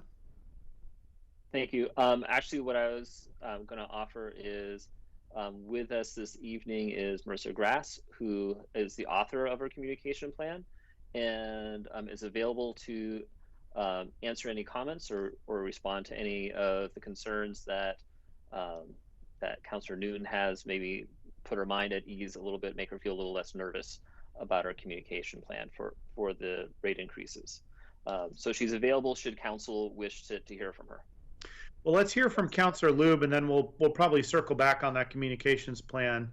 So Marissa, get ready. Councilor Lube. Yeah, thank you. I want to thank staff for creating the alternative scenarios document. I think that was really helpful, and it filled exactly what I was asking for. I'd actually like to draw everyone's attention to make sure that they did see it between the alternate schedule scenarios and the full year delay with combination rate to offset. That second scenario in which we wouldn't raise rates in January, but we would go ahead and raise the compounded rates in July. Our cumulative 6-year impact is actually better on every single fund, and they're better funded over the 6 years with the exception of the stormwater. So by putting off the increase and doing the double increase in July, our funds actually end up in a better scenario except for stormwater.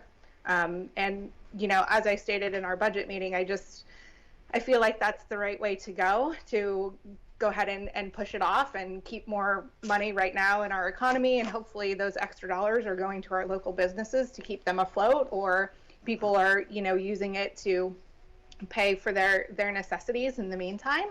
I don't support raising, you know, the rates as we initially had decided in January, and I would be in support of this alternate scenario in which we would raise the 2 years worth of rates in July.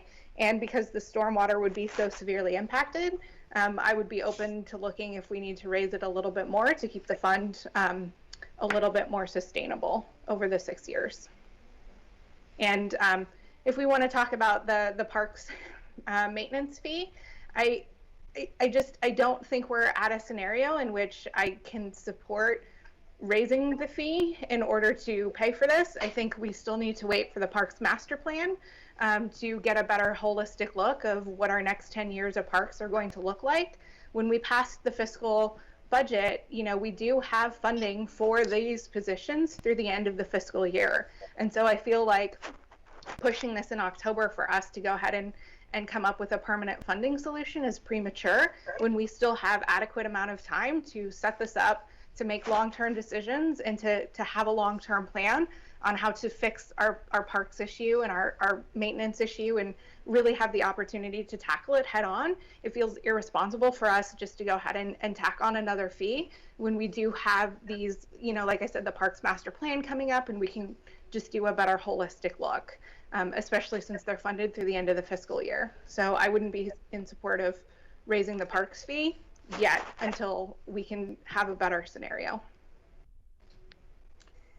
So can I want to ask the staff and Councilor Lube, perhaps you, for more of an explanation about part of what you just said to make sure I'm seeing what you're seeing, but it's counterintuitive to me that by delaying a rate increase but then compounding it, that somehow that results in a better 6-year outcome. The math just doesn't make sense to me about that. What am I missing there?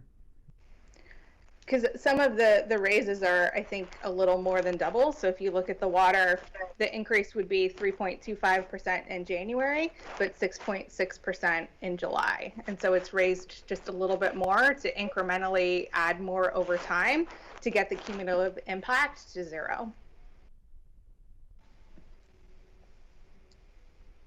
I can help as well. This is Samantha Rico from Public Works. The currently adopted rates forego 6 months of revenue in this current fiscal year, and so the rates, even though they'd be effective January 1st, you would forego that revenue for the first 6 months. In the second scenario that Councilor Lube is referring to, you are raising the rates for next year with the rates from this year and that year, so you have a whole year of making up those rates, and that's why the cumulative 6-year impact would be better. Gotcha. Thank you for Samantha. I appreciate that explanation because something wasn't quite computing there, but that does make sense. If you do a double rate increase, you're really covering all of this year, or the rate increase expected this year. Whereas if we did what you just said, it would be only half the year is what would be recovered, right? Okay. Council President Goodhouse. On that note, then. And part of me, I mean, I see delaying it and makes sense to, with the compounding and having more money there, but I'd also hate to see a double increase when we still don't know what the landscape would be in July. Is there a chance that we could change the staff recommendation to this January to being what it would have been to cover the full year rather than a partial, so that way we could do a January rate increase that would also be covered under Tigard, under the aid program, and then go with the regularly scheduled one in July? Well, that would be even a bigger increase than the staff is proposing. Or whatever the formula would be. I guess what I'm trying to avoid would be is if we did a double increase in July, and that would be after the aid program is over, and we don't know what the economy is going to be like or what the effects going to have on people. What could we do to the January 1 increase to put us in the same scenario? Councilor Lube, did you want to say something? I would just say that in both scenarios, come July 1st, the rates are still going to be relatively the same. It's just whether or not we're going from what we're paying now to July, or you're taking a step in between. And so it's not like there's going to be some sort of huge difference in July. It's not. It's just going to be a little bit more than it was. It's just not taking the step increase. It's just going from here to here rather than here to here to here. So it's more I think what Council President Goodhouse is reacting to, and I get, is the sort of the psychology of it. You know, when it feels like a much bigger increase at one time, that never. While maybe intellectually we know, Councilor Lube, what you just said is true, you know, in the moment it doesn't quite feel that way to the psychology of the consumer or the customer. I hear what you're saying. I absolutely understand, but I think we could do the same sort of discussion on and communication outreach, saying, you know, that this is what we're doing to help everybody and help the economy, and this is the expectation of what your July rates are going to be. I think that's just the better way to go. Yeah, and I understand. I just hate to see that maybe from the optics side, though, that maybe the paper looks and says, or people say we're doing a double increase at once, as opposed to easing it in, or if the economy is really bad at that time and we have to do another delay.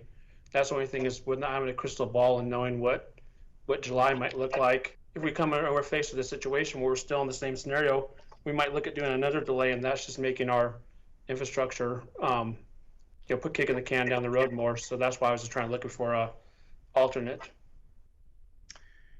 Councillor Anderson, you've been very quiet. Same with Youth Councillor Calderon.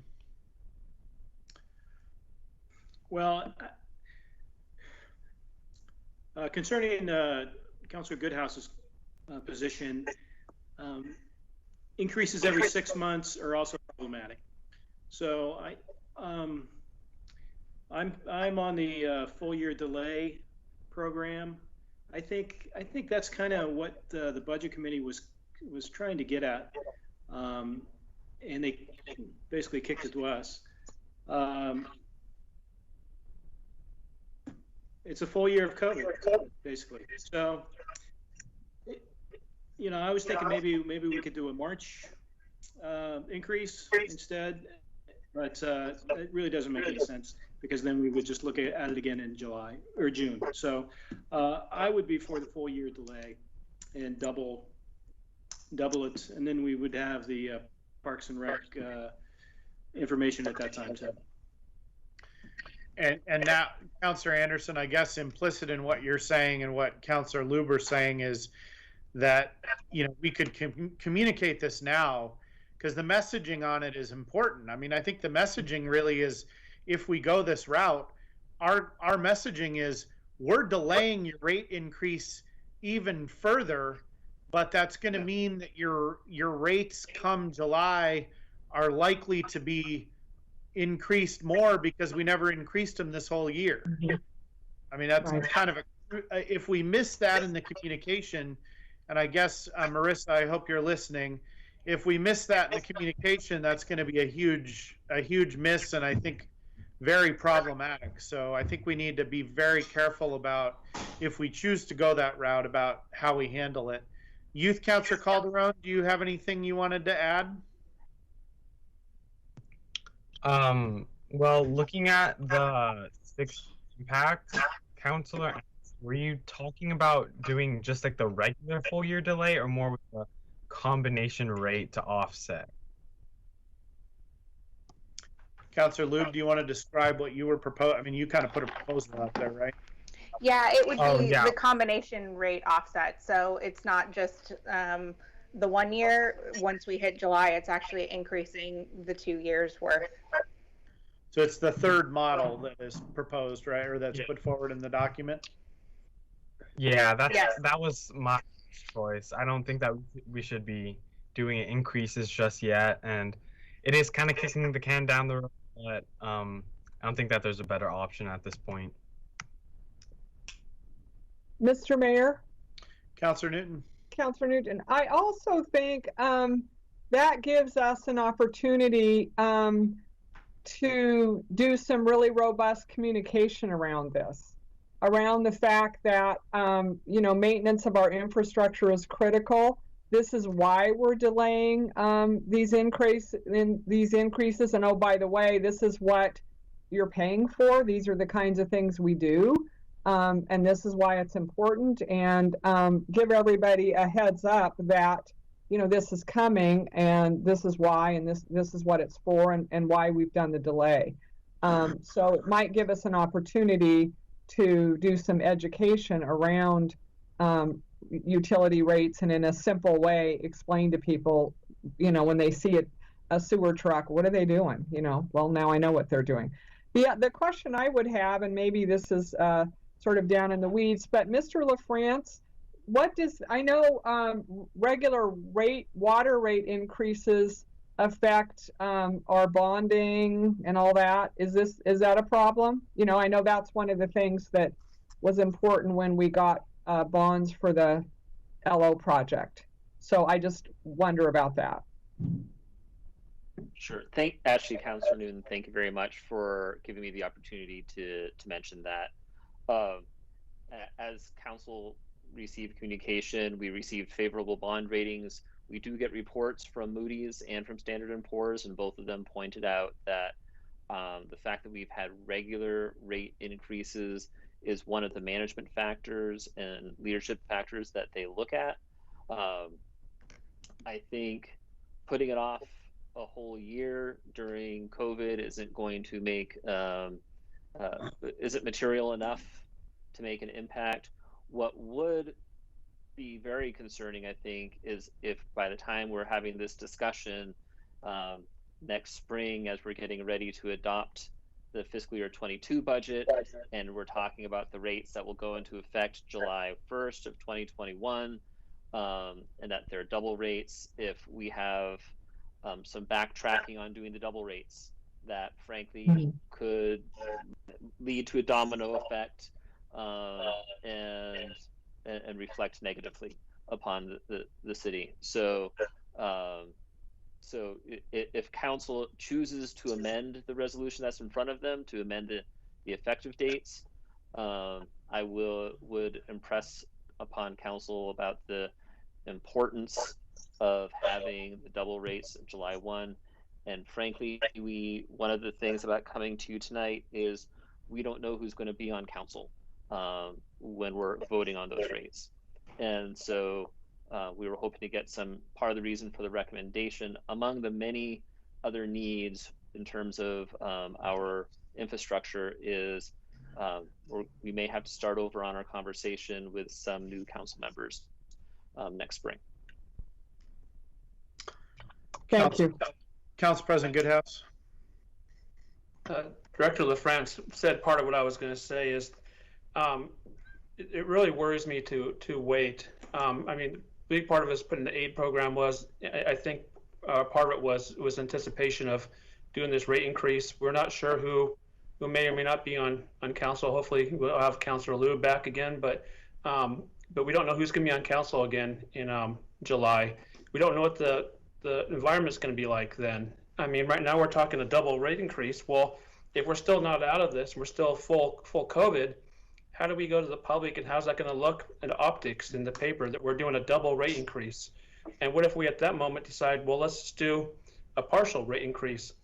As we keep going on and moving it further and further, we don't know what's going to look like, what that's going to look like to our system, and what we need to do. Part of it, the staff recommendation is to go ahead and do this increase in January because it's what we need to do to stay on track. We already delayed it due to COVID. How long do we keep delaying it, and how many delays do we do in the future? So to me, it doesn't seem responsible to kick the can down the road, not knowing who will be on council, what the environment will be like. And right now we have an aid program in place. I have similar, I guess I share similar concerns. And, when I think about if we were having this discussion in an environment where we had not put a program that I think is pretty robust in place as a safety net, I would feel very differently about this. And, there's never a good time to have a rate increase. I mean, even in good times, like nobody wants to pay more. But we do have an obligation and a responsibility. I'm concerned that, frankly, we could be looking at a not improving COVID situation, a double rate increase, and the disappearance of our aid program all at the same time. And I look at that as sort of like a couple of slow-moving disasters hitting each other at the same time. I just think that's unwise. So I guess I can be somewhat flexible about it, but and perhaps we want to, delay the park discussion now until the master planning efforts are done, as Councilor Lubin suggested. But I really question the need or appropriateness of, when we have such a robust assistance program now, to be delaying further. So I guess I would just ask for other councilors' reactions to that and thoughts about it.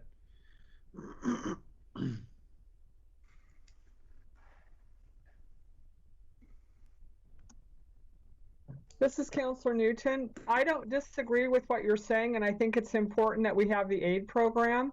but I feel like we're missing a major part of the communication.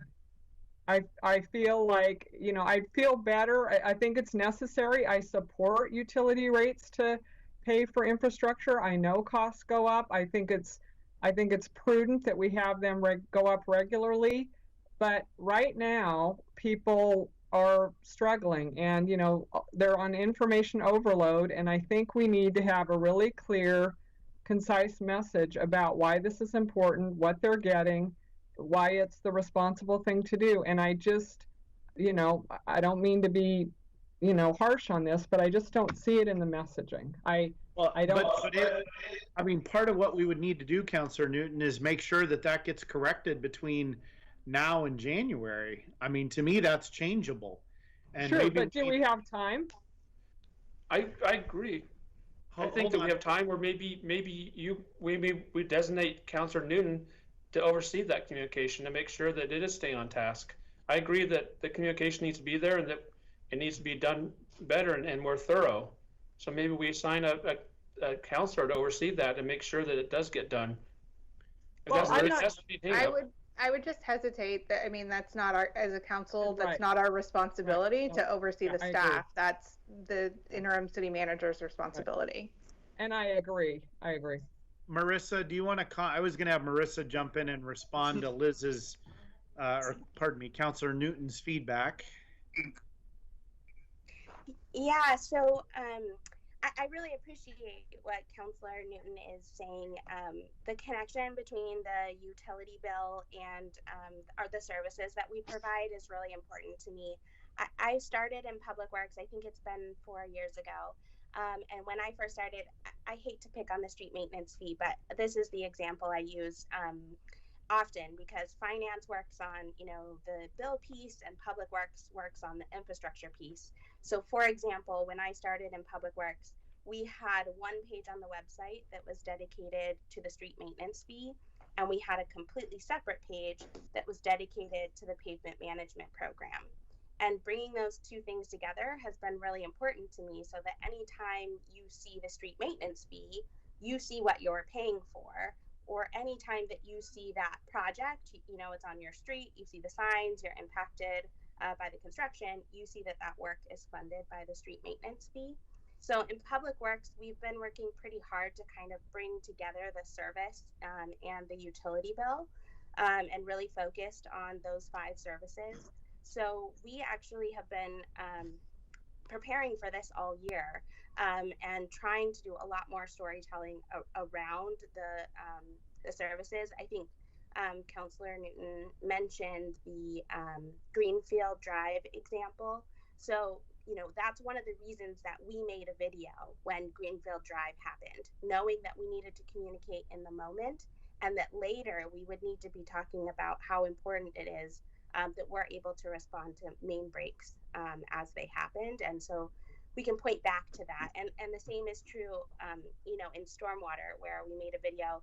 I think we always call it the Carla in the Canyon video, but I know that that's an image that people remember. So what we've set up for each utility is information about the increase, what the value of the service is in our community, and then what are some of those key performance indicators? So in water, you know, it's not just how many miles of pipe are maintained, but the fact that we have 100% compliance with drinking water standards, we're not having boil water notices, and then giving some stories and examples. So in that one, we can look back to Greenfield. One of the stories we're getting ready to tell now is some new technology that they're experimenting with to listen for leaks. And so that's what we plan to present to the community in those tools that were listed. And the way that we're doing it right now is really a lot about like writing those longer stories, finding ways to share them. Tigard Life has been, for example, a really good spot for some of those longer pieces. And then we break it down and it's shorter in the newsletter. So, you know, we had a shorter version, for example, in the recreation newsletter this last time related to park maintenance. And then it gets distilled down for social media. And then I think the other piece of this that's really important is that we're relying also on some of our partnerships. So I think that's the piece that's, you know, been increasing. So our work with the school district and our ability to put the notices in packed with pride food boxes, or to partner with those social service agencies, so that we're also sharing about aid, with the people who really need it most. I think that's kind of been a key part of our strategy over the last few months. So Marissa, what about the question about, you've heard a bunch of critique and feedback about what the council would expect in a communications plan, and I think the kind of in summary, the feeling was that the draft that was put with the AIS is maybe not detailed enough, not robust enough, and not quick enough, and not specific. Is it possible, from your perspective, to put that together in time for a January rate increase in a compelling and useful way? Yes, definitely. I guess what I'm hearing from the community is, where's the elevator speech? There's a lot of information, but I'm not hearing an elevator speech. And because, 2 or 3 people have said to me, I'm overwhelmed. And to read the stories and things like that, I can't absorb it. So I want to know, when I see those trucks out there, what are they doing? So that's, I guess, what I'm trying to get at, is there's a lot of information out there, but people, they're telling me they don't have time to absorb it. So they're looking for an elevator speech. And maybe I'm not being very clear. All that stuff's great, but I think in a utility bill or somewhere really simple where you see, on the comms plan, there's a lot of good ideas about where to put the messaging. But in terms of the key messages, I think people want, I get my utility bill. What does the sewer truck do? Kind of thing. If you can't explain it in 3 or 4 sentences, it's too long, Marissa. Keep it And simple. that's what I'm hearing from people. That's what I'm hearing. Because I've been talking to people about it, and I'm advocating. I said, you're not going to get me to not agree that we need to raise rates, because that's how we pay to maintain our infrastructure. So then people say, well, what does that mean? And I explain it to them, and then they go, okay, well, I guess you need to repair sewer lines, don't you? So to a certain degree, the simpler right now, the better. And so I guess that's what I'm trying to get at. A lot of stories are told, and all that's interesting, and I think for people that want to explore that, that's great, but they're still looking for something that can be on their utility bill, or like we do with the report card, something just really simple that explains it, and maybe not go into all the detail, but generally explains what sewer maintenance is, or what the water service is. So I hope so Councilor Newton, if Marissa can indicate, hold on, Council President Goodhouse. Marissa, if Councilor Newton, if Marissa is indicating she can move the communications in the direction you're asking in the time frame that she's asking, are you comfortable with moving forward in January, with maybe minus the park stuff, or what are your thoughts? Well, I guess I think it would be better to go without the parks stuff. I'm a little bit, I'm gonna believe staff. I'm a little bit concerned. It's almost November, and we're gonna have these take effect January 1st. I am a little bit concerned that we have enough time to get the word out. I think, but I guess I would go with them, but I'm concerned that we have enough time to get this going by January. Council President Goodhouse. Yeah, I was just going to reiterate that I think the common theme that when posting to social media is trying to get too much information, but the people that want information, if there's a link or something like that, they'll find it, and so they'll get it. But the simpler, like Councilor Newton is saying, people are just overwhelmed. There's too much information. Something that can catch their attention for a few seconds. They say that humans now have a shorter attention span than a goldfish, which has 8 seconds. So you got to think that we're less than a goldfish. And my concern though with the parks is that's one of the biggest cans I think we've been kicking down the road is parks maintenance and parks needs. That's always been the one that seems to always, for some reason, I don't know why, always gets pushed to the side. The other ones kind of always boil to the top, but to me that was really a concern to put that one aside and wait, where that's always been waiting and we're still way behind. I guess to that point, I will say that we've had a similar discussion, I feel like predating, in fact, probably back to the time I joined the council in 2013. And some of the arguments that are being made tonight are the same things I've been hearing for 7 years, and that predate every single one of you on the council. Councilor Newton, you were probably present as a staff member, but you know, some of this stuff is on parks in particular. Like, we're saying the same things we've been saying for years, and part of me wonders, like, are we ever going to act on it, or are we always going to have an excuse? Because if you were to go back and look again, predating every single one of you on the council, all the same stuff has been said over and over again by councilors. And that doesn't mean that we should take a particular action tonight, but I think it's important to point out. Now, we weren't in the middle of a pandemic, so I will give you that. But most of the rest of everything that's been said has been said for 7 years. Or maybe longer, because I didn't attend every council meeting before 2013. Okay, Councilor Anderson, you've been very quiet. Do you want to have your thoughts evolved at all? Well, they have. I think I could support the January fee if we message the utility fee assistance program, and people are aware of that, and you know, they could take advantage of that. I think 90% of the people have no problem in Tigard with this slight increase, and the ones that are struggling and have a problem have the assistance. So I guess I've changed my tune a little bit. Councilor Lube, additional thoughts? No, I understand and I hear everything you're saying. I stand with my original opinion. Okay, does someone want to make a motion? And we've got a resolution here, so we may need to,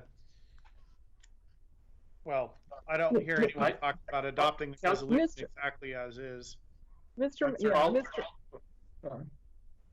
Mayor, the reason that I think the park maintenance, I support funding park maintenance through the park and recreation fee, but I think it's important to see the park and recreation plan, because I'm not really sure where we are with recreation right now.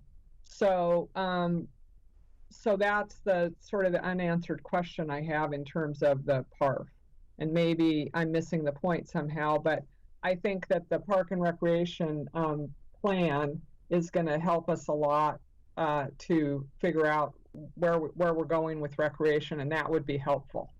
So it's not that I don't think that the park is a good way to fund park maintenance. It's not that I am concerned about funding park maintenance, but with including the recreation component in there, I'm a big fan of recreation, grew up in the Tualatin Hills Park system, but I'm not really sure I know where we are with recreation right now. So I think I would prefer to wait on that, at least not act on that tonight. Okay, does someone want to make a motion? Council President Goodhouse, I move to approve resolution number 20-54 as recommended by staff.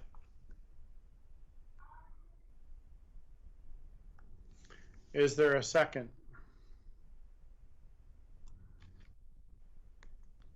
All right, is there a new motion? That one died.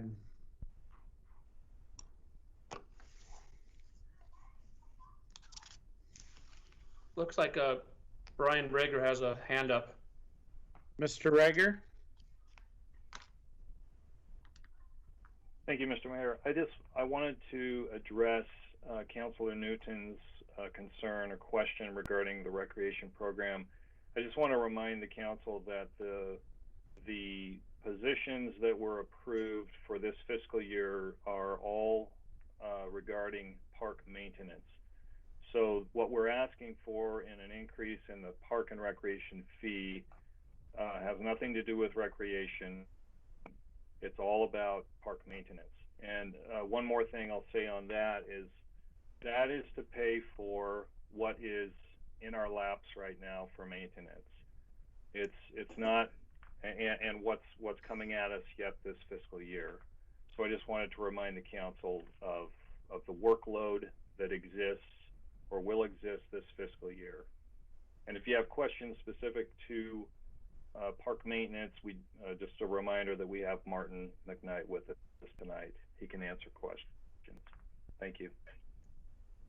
Thank you, Mr. Reger. That's really helpful. I just wasn't clear where we were with the dollar amount and what it was funding. Thanks. Just to be clear, I mean, I just want to point out that the Parks and Rec is still funded through the rest of this fiscal. I mean, it's not like it's not funded. So, I mean, we still have an option to figure it out in the coming months. Council President Goodhouse. And to clarify that, just so maybe I wasn't wrong, the resolution and the staff recommendation is to do the increase in January for both the rates taken into account with the aid program, correct?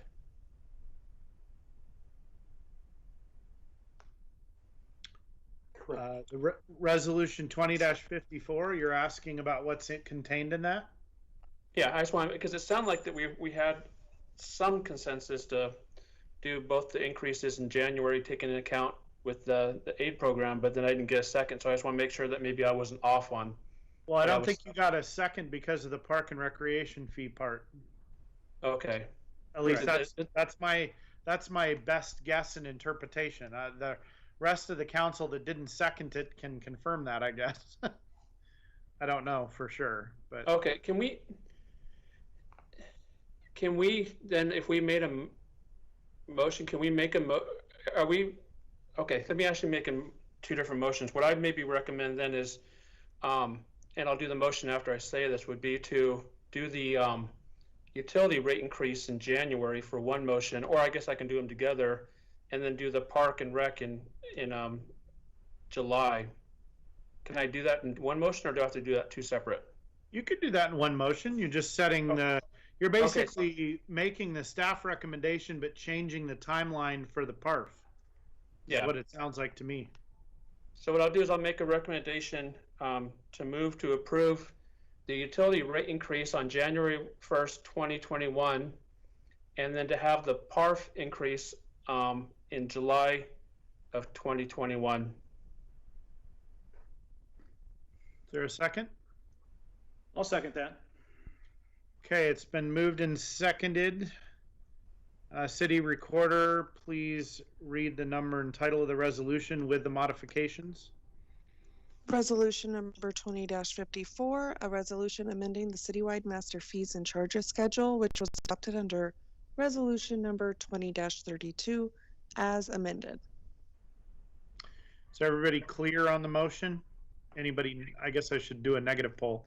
Anyone not clear? Any council members not clear on the motion? Youth Councilor Calderon, it's occurred to me that you haven't spoken in a while. Do you have anything you want to add before we vote? I was just gonna say, if we really strengthen the messaging and then make sure in like the sentence after that we talk about our aid program, I think that raising it in January and doing PARF and delaying the PARF increase would probably be the most logical option from here on out. Okay. City Recorder, please. Well, actually, let me verify. Are there any other comments or questions from the council? Sorry, this is a big deal. I would just say automatically putting in the PARF increase in July negates the whole point of having a conversation and looking at the master plan and long-term trying to figure this out. Though I will say that we can and do frequently change decisions that we've made. So I think there'd still be an opportunity to do that, but I agree that it's kind of presumptive. Mr. LaFrance, you want to add something? Actually, Councilor Lube, I think, just made 3/4 of my point. The other portion of it would have been to point out that in lieu of the discussion on the Parks Master Plan, what the park and recreation fee would be similar to the discussion where it would be a double rate increase July 1. So the $1.52 and potentially any rate increase that staff would have been bringing for July 1 for fiscal year 22 would be tacked onto that. Councilor Newton, do you want to say something else? Sorry, but So the park, under this resolution that we're considering, I'm not really sure what the park's going to be, what the park and recreation fee is going to be on July 1st. Well, if this passes, the decision we're making now is that the increase that was recommended, or the increase recommended for January 1 would be implemented delayed to July.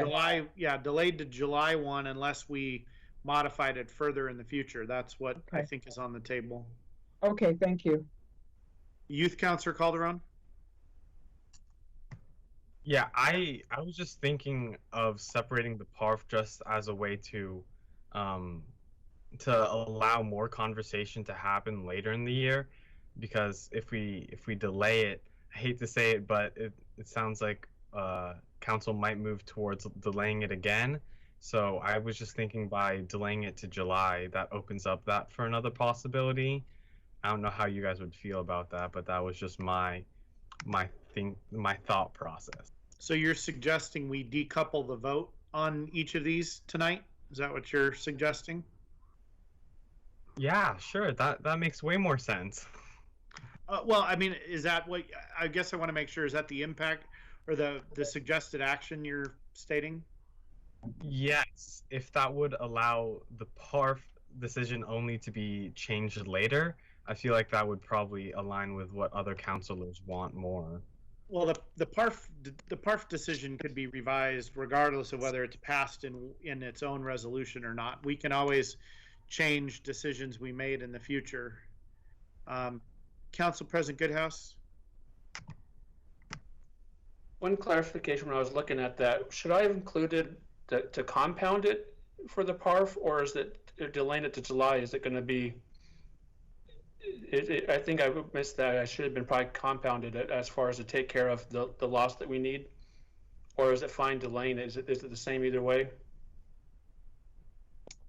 If I may, the compounding it's not necessary, since we don't know what any staff recommendation would be for July 1 of 2021 at this point in time. The only thing we would know is that there would likely be the cost of living increase that automatically per code gets tacked on. However, as Councilor Lube has pointed out, a discussion around the Parks Master Plan is another opportunity to make a change. Thank you. Okay, we've had a lot of discussion. There's a motion that's been seconded on the table. I think everybody understands the motion. Youth Councilor Calderon can't vote, but has suggested that we take each of these questions separately. So if that's your desire, you may want to vote no in this. We are going to vote now. So City Recorder Patton, please call a roll call vote. Council President Goodhouse? Yes. Councilor Newton?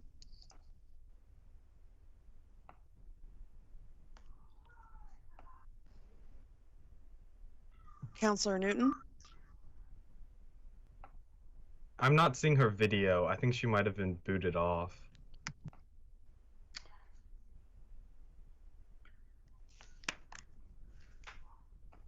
I think we lost her. Well, in other news, to keep the people entertained, the Dodgers have won the World Series.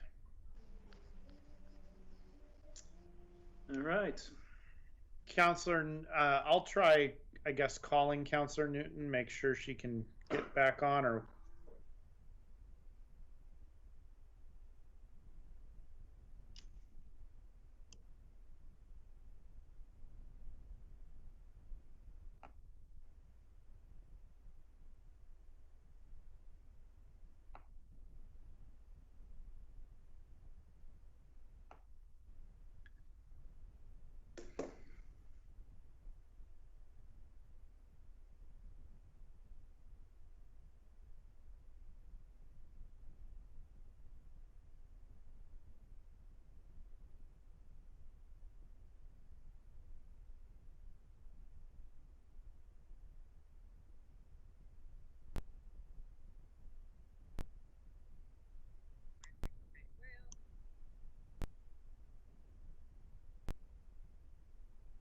Okay. Okay. All right. Counselor Newton had a power surge and got all her technology goofed up, so she's going to be reconnecting. She has voted no, Recorder Patton, and she asked multiple questions about decoupling. So just so I'll give everybody the context, I think, for the no vote. All right, continue with your votes counting, please. Counselor Lube? No. Counselor Anderson? Yes. Mayor Snyder? Yes. Okay, so resolution 20-54 as amended passes 3-2. And let's wait for Counselor Newton to join back, I think. So give it just a minute.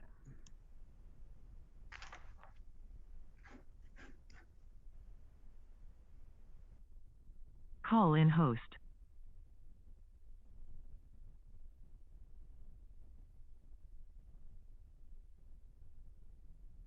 Is now exiting.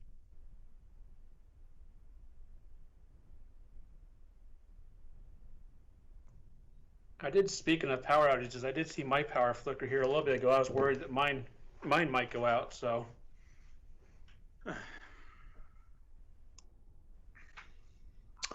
You know, the next item on the agenda is something that we're just directing staff to work on and that the council's already done. So let's move on to that. Councilor Lube, are you prepared on the discussion of the Public Safety Advisory Board applicants? The council had a prior discussion during our study session and have basically made decisions. If you want to review that, you can certainly review the tape from our study session earlier tonight.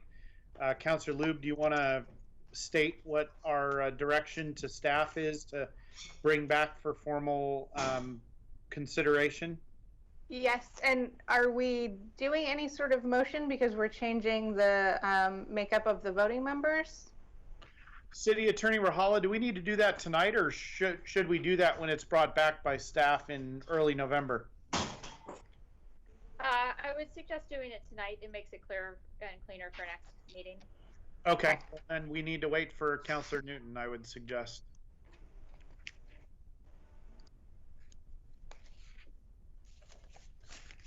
And Mr. Mayor, this is Mike Nola, but Councilor Newton can call in if she can't get her computer working.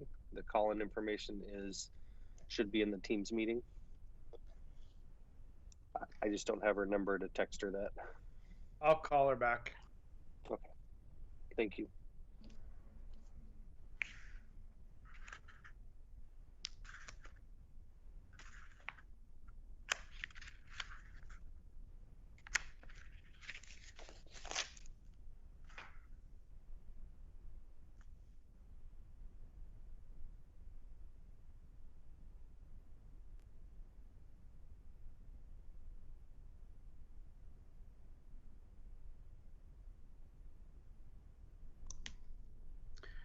Councilor Newton, do we have you on Teams?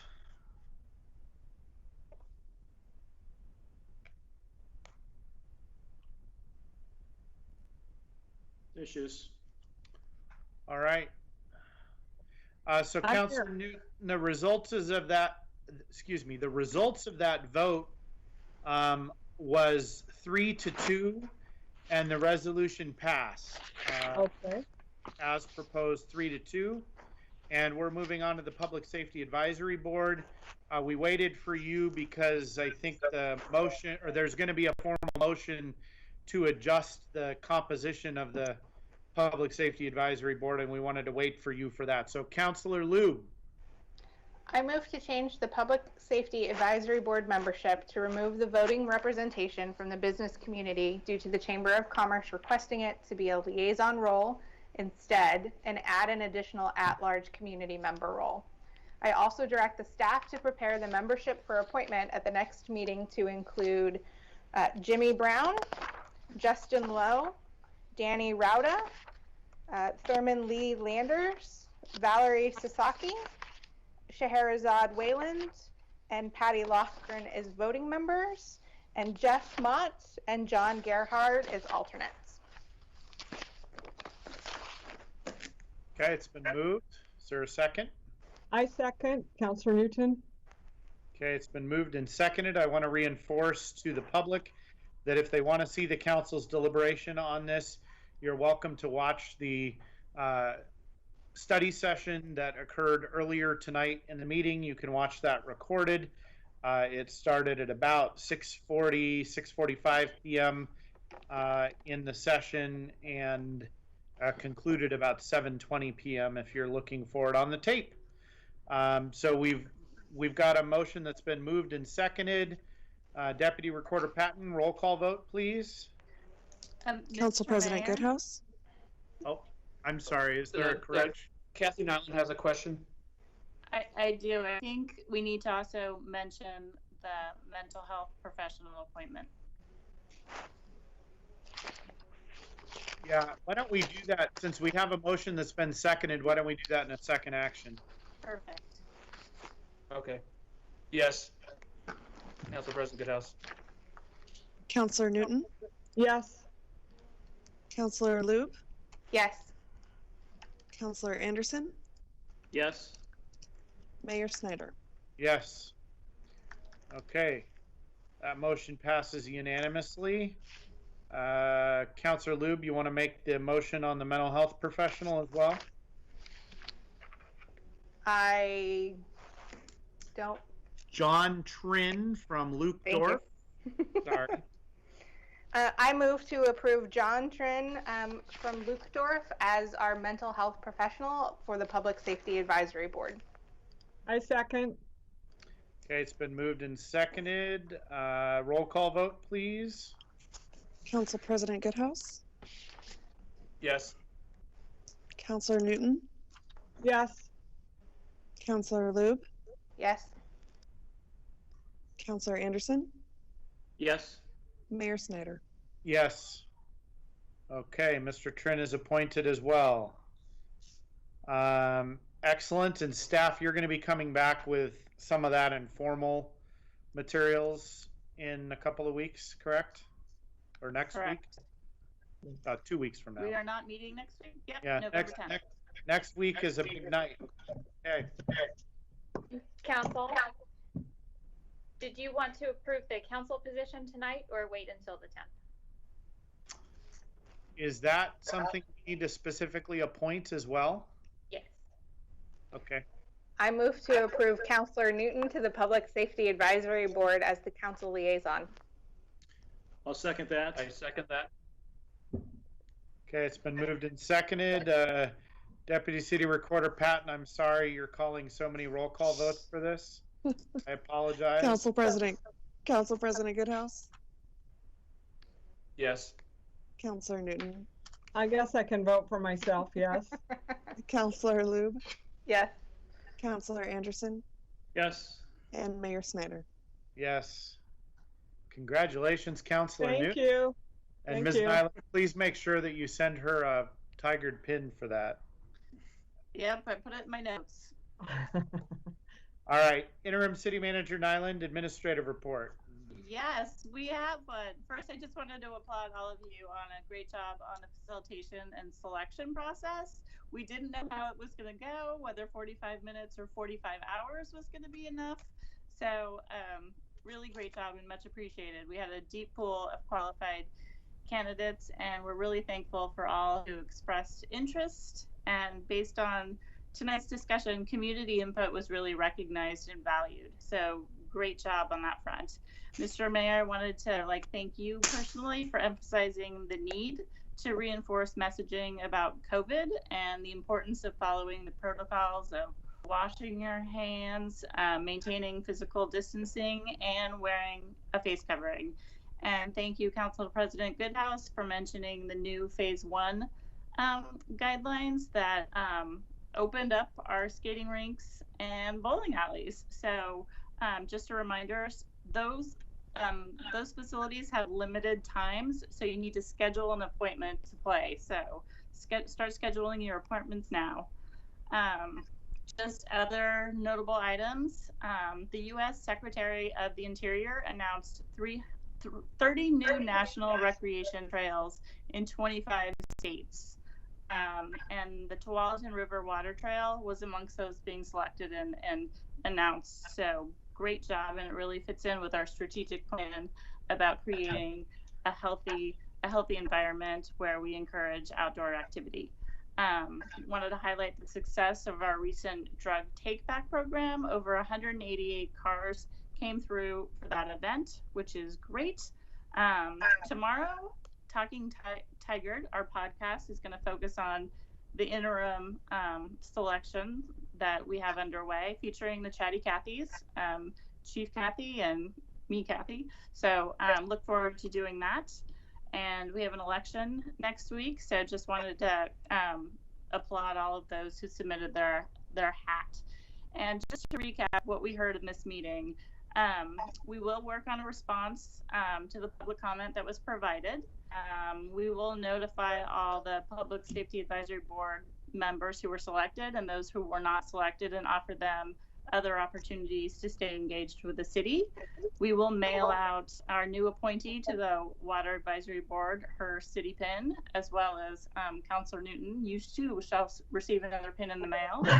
And we will continue to refine the communications plan about our rates, really incorporating that educational component. I've already thrown out a couple ideas of a tagline, sense that makes sense, and really having the message of here's what we're asking from you and here's what you'll get from us, and laying out the specifics of where those funds are directed and the benefits that our community will see.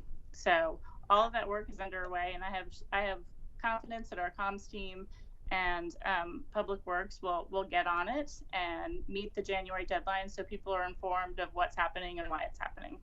So that's it for tonight's report. Thank you.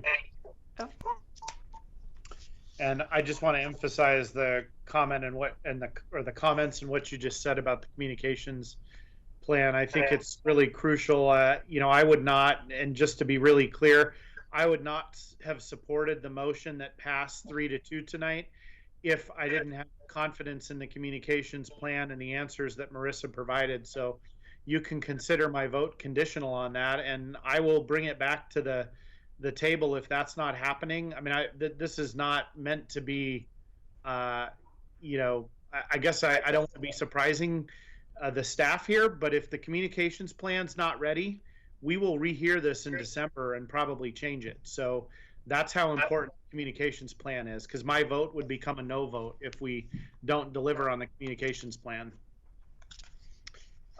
Just as a heads up. Agreed. We need to step it up on the communications and keep it simple. All right. Is there a motion for adjournment? I move for adjournment. Council President Goodhouse. I second the motion. Okay, it's been moved and seconded. City Recorder, please conduct a roll call vote. Council President Goodhouse? Yes. Councilor Newton? Yes. Councilor Lube? Yes. Councilor Anderson? Yes. Mayor Snyder? Yes. All right, we are adjourned. Good night, everybody. Good night. Night. Good night.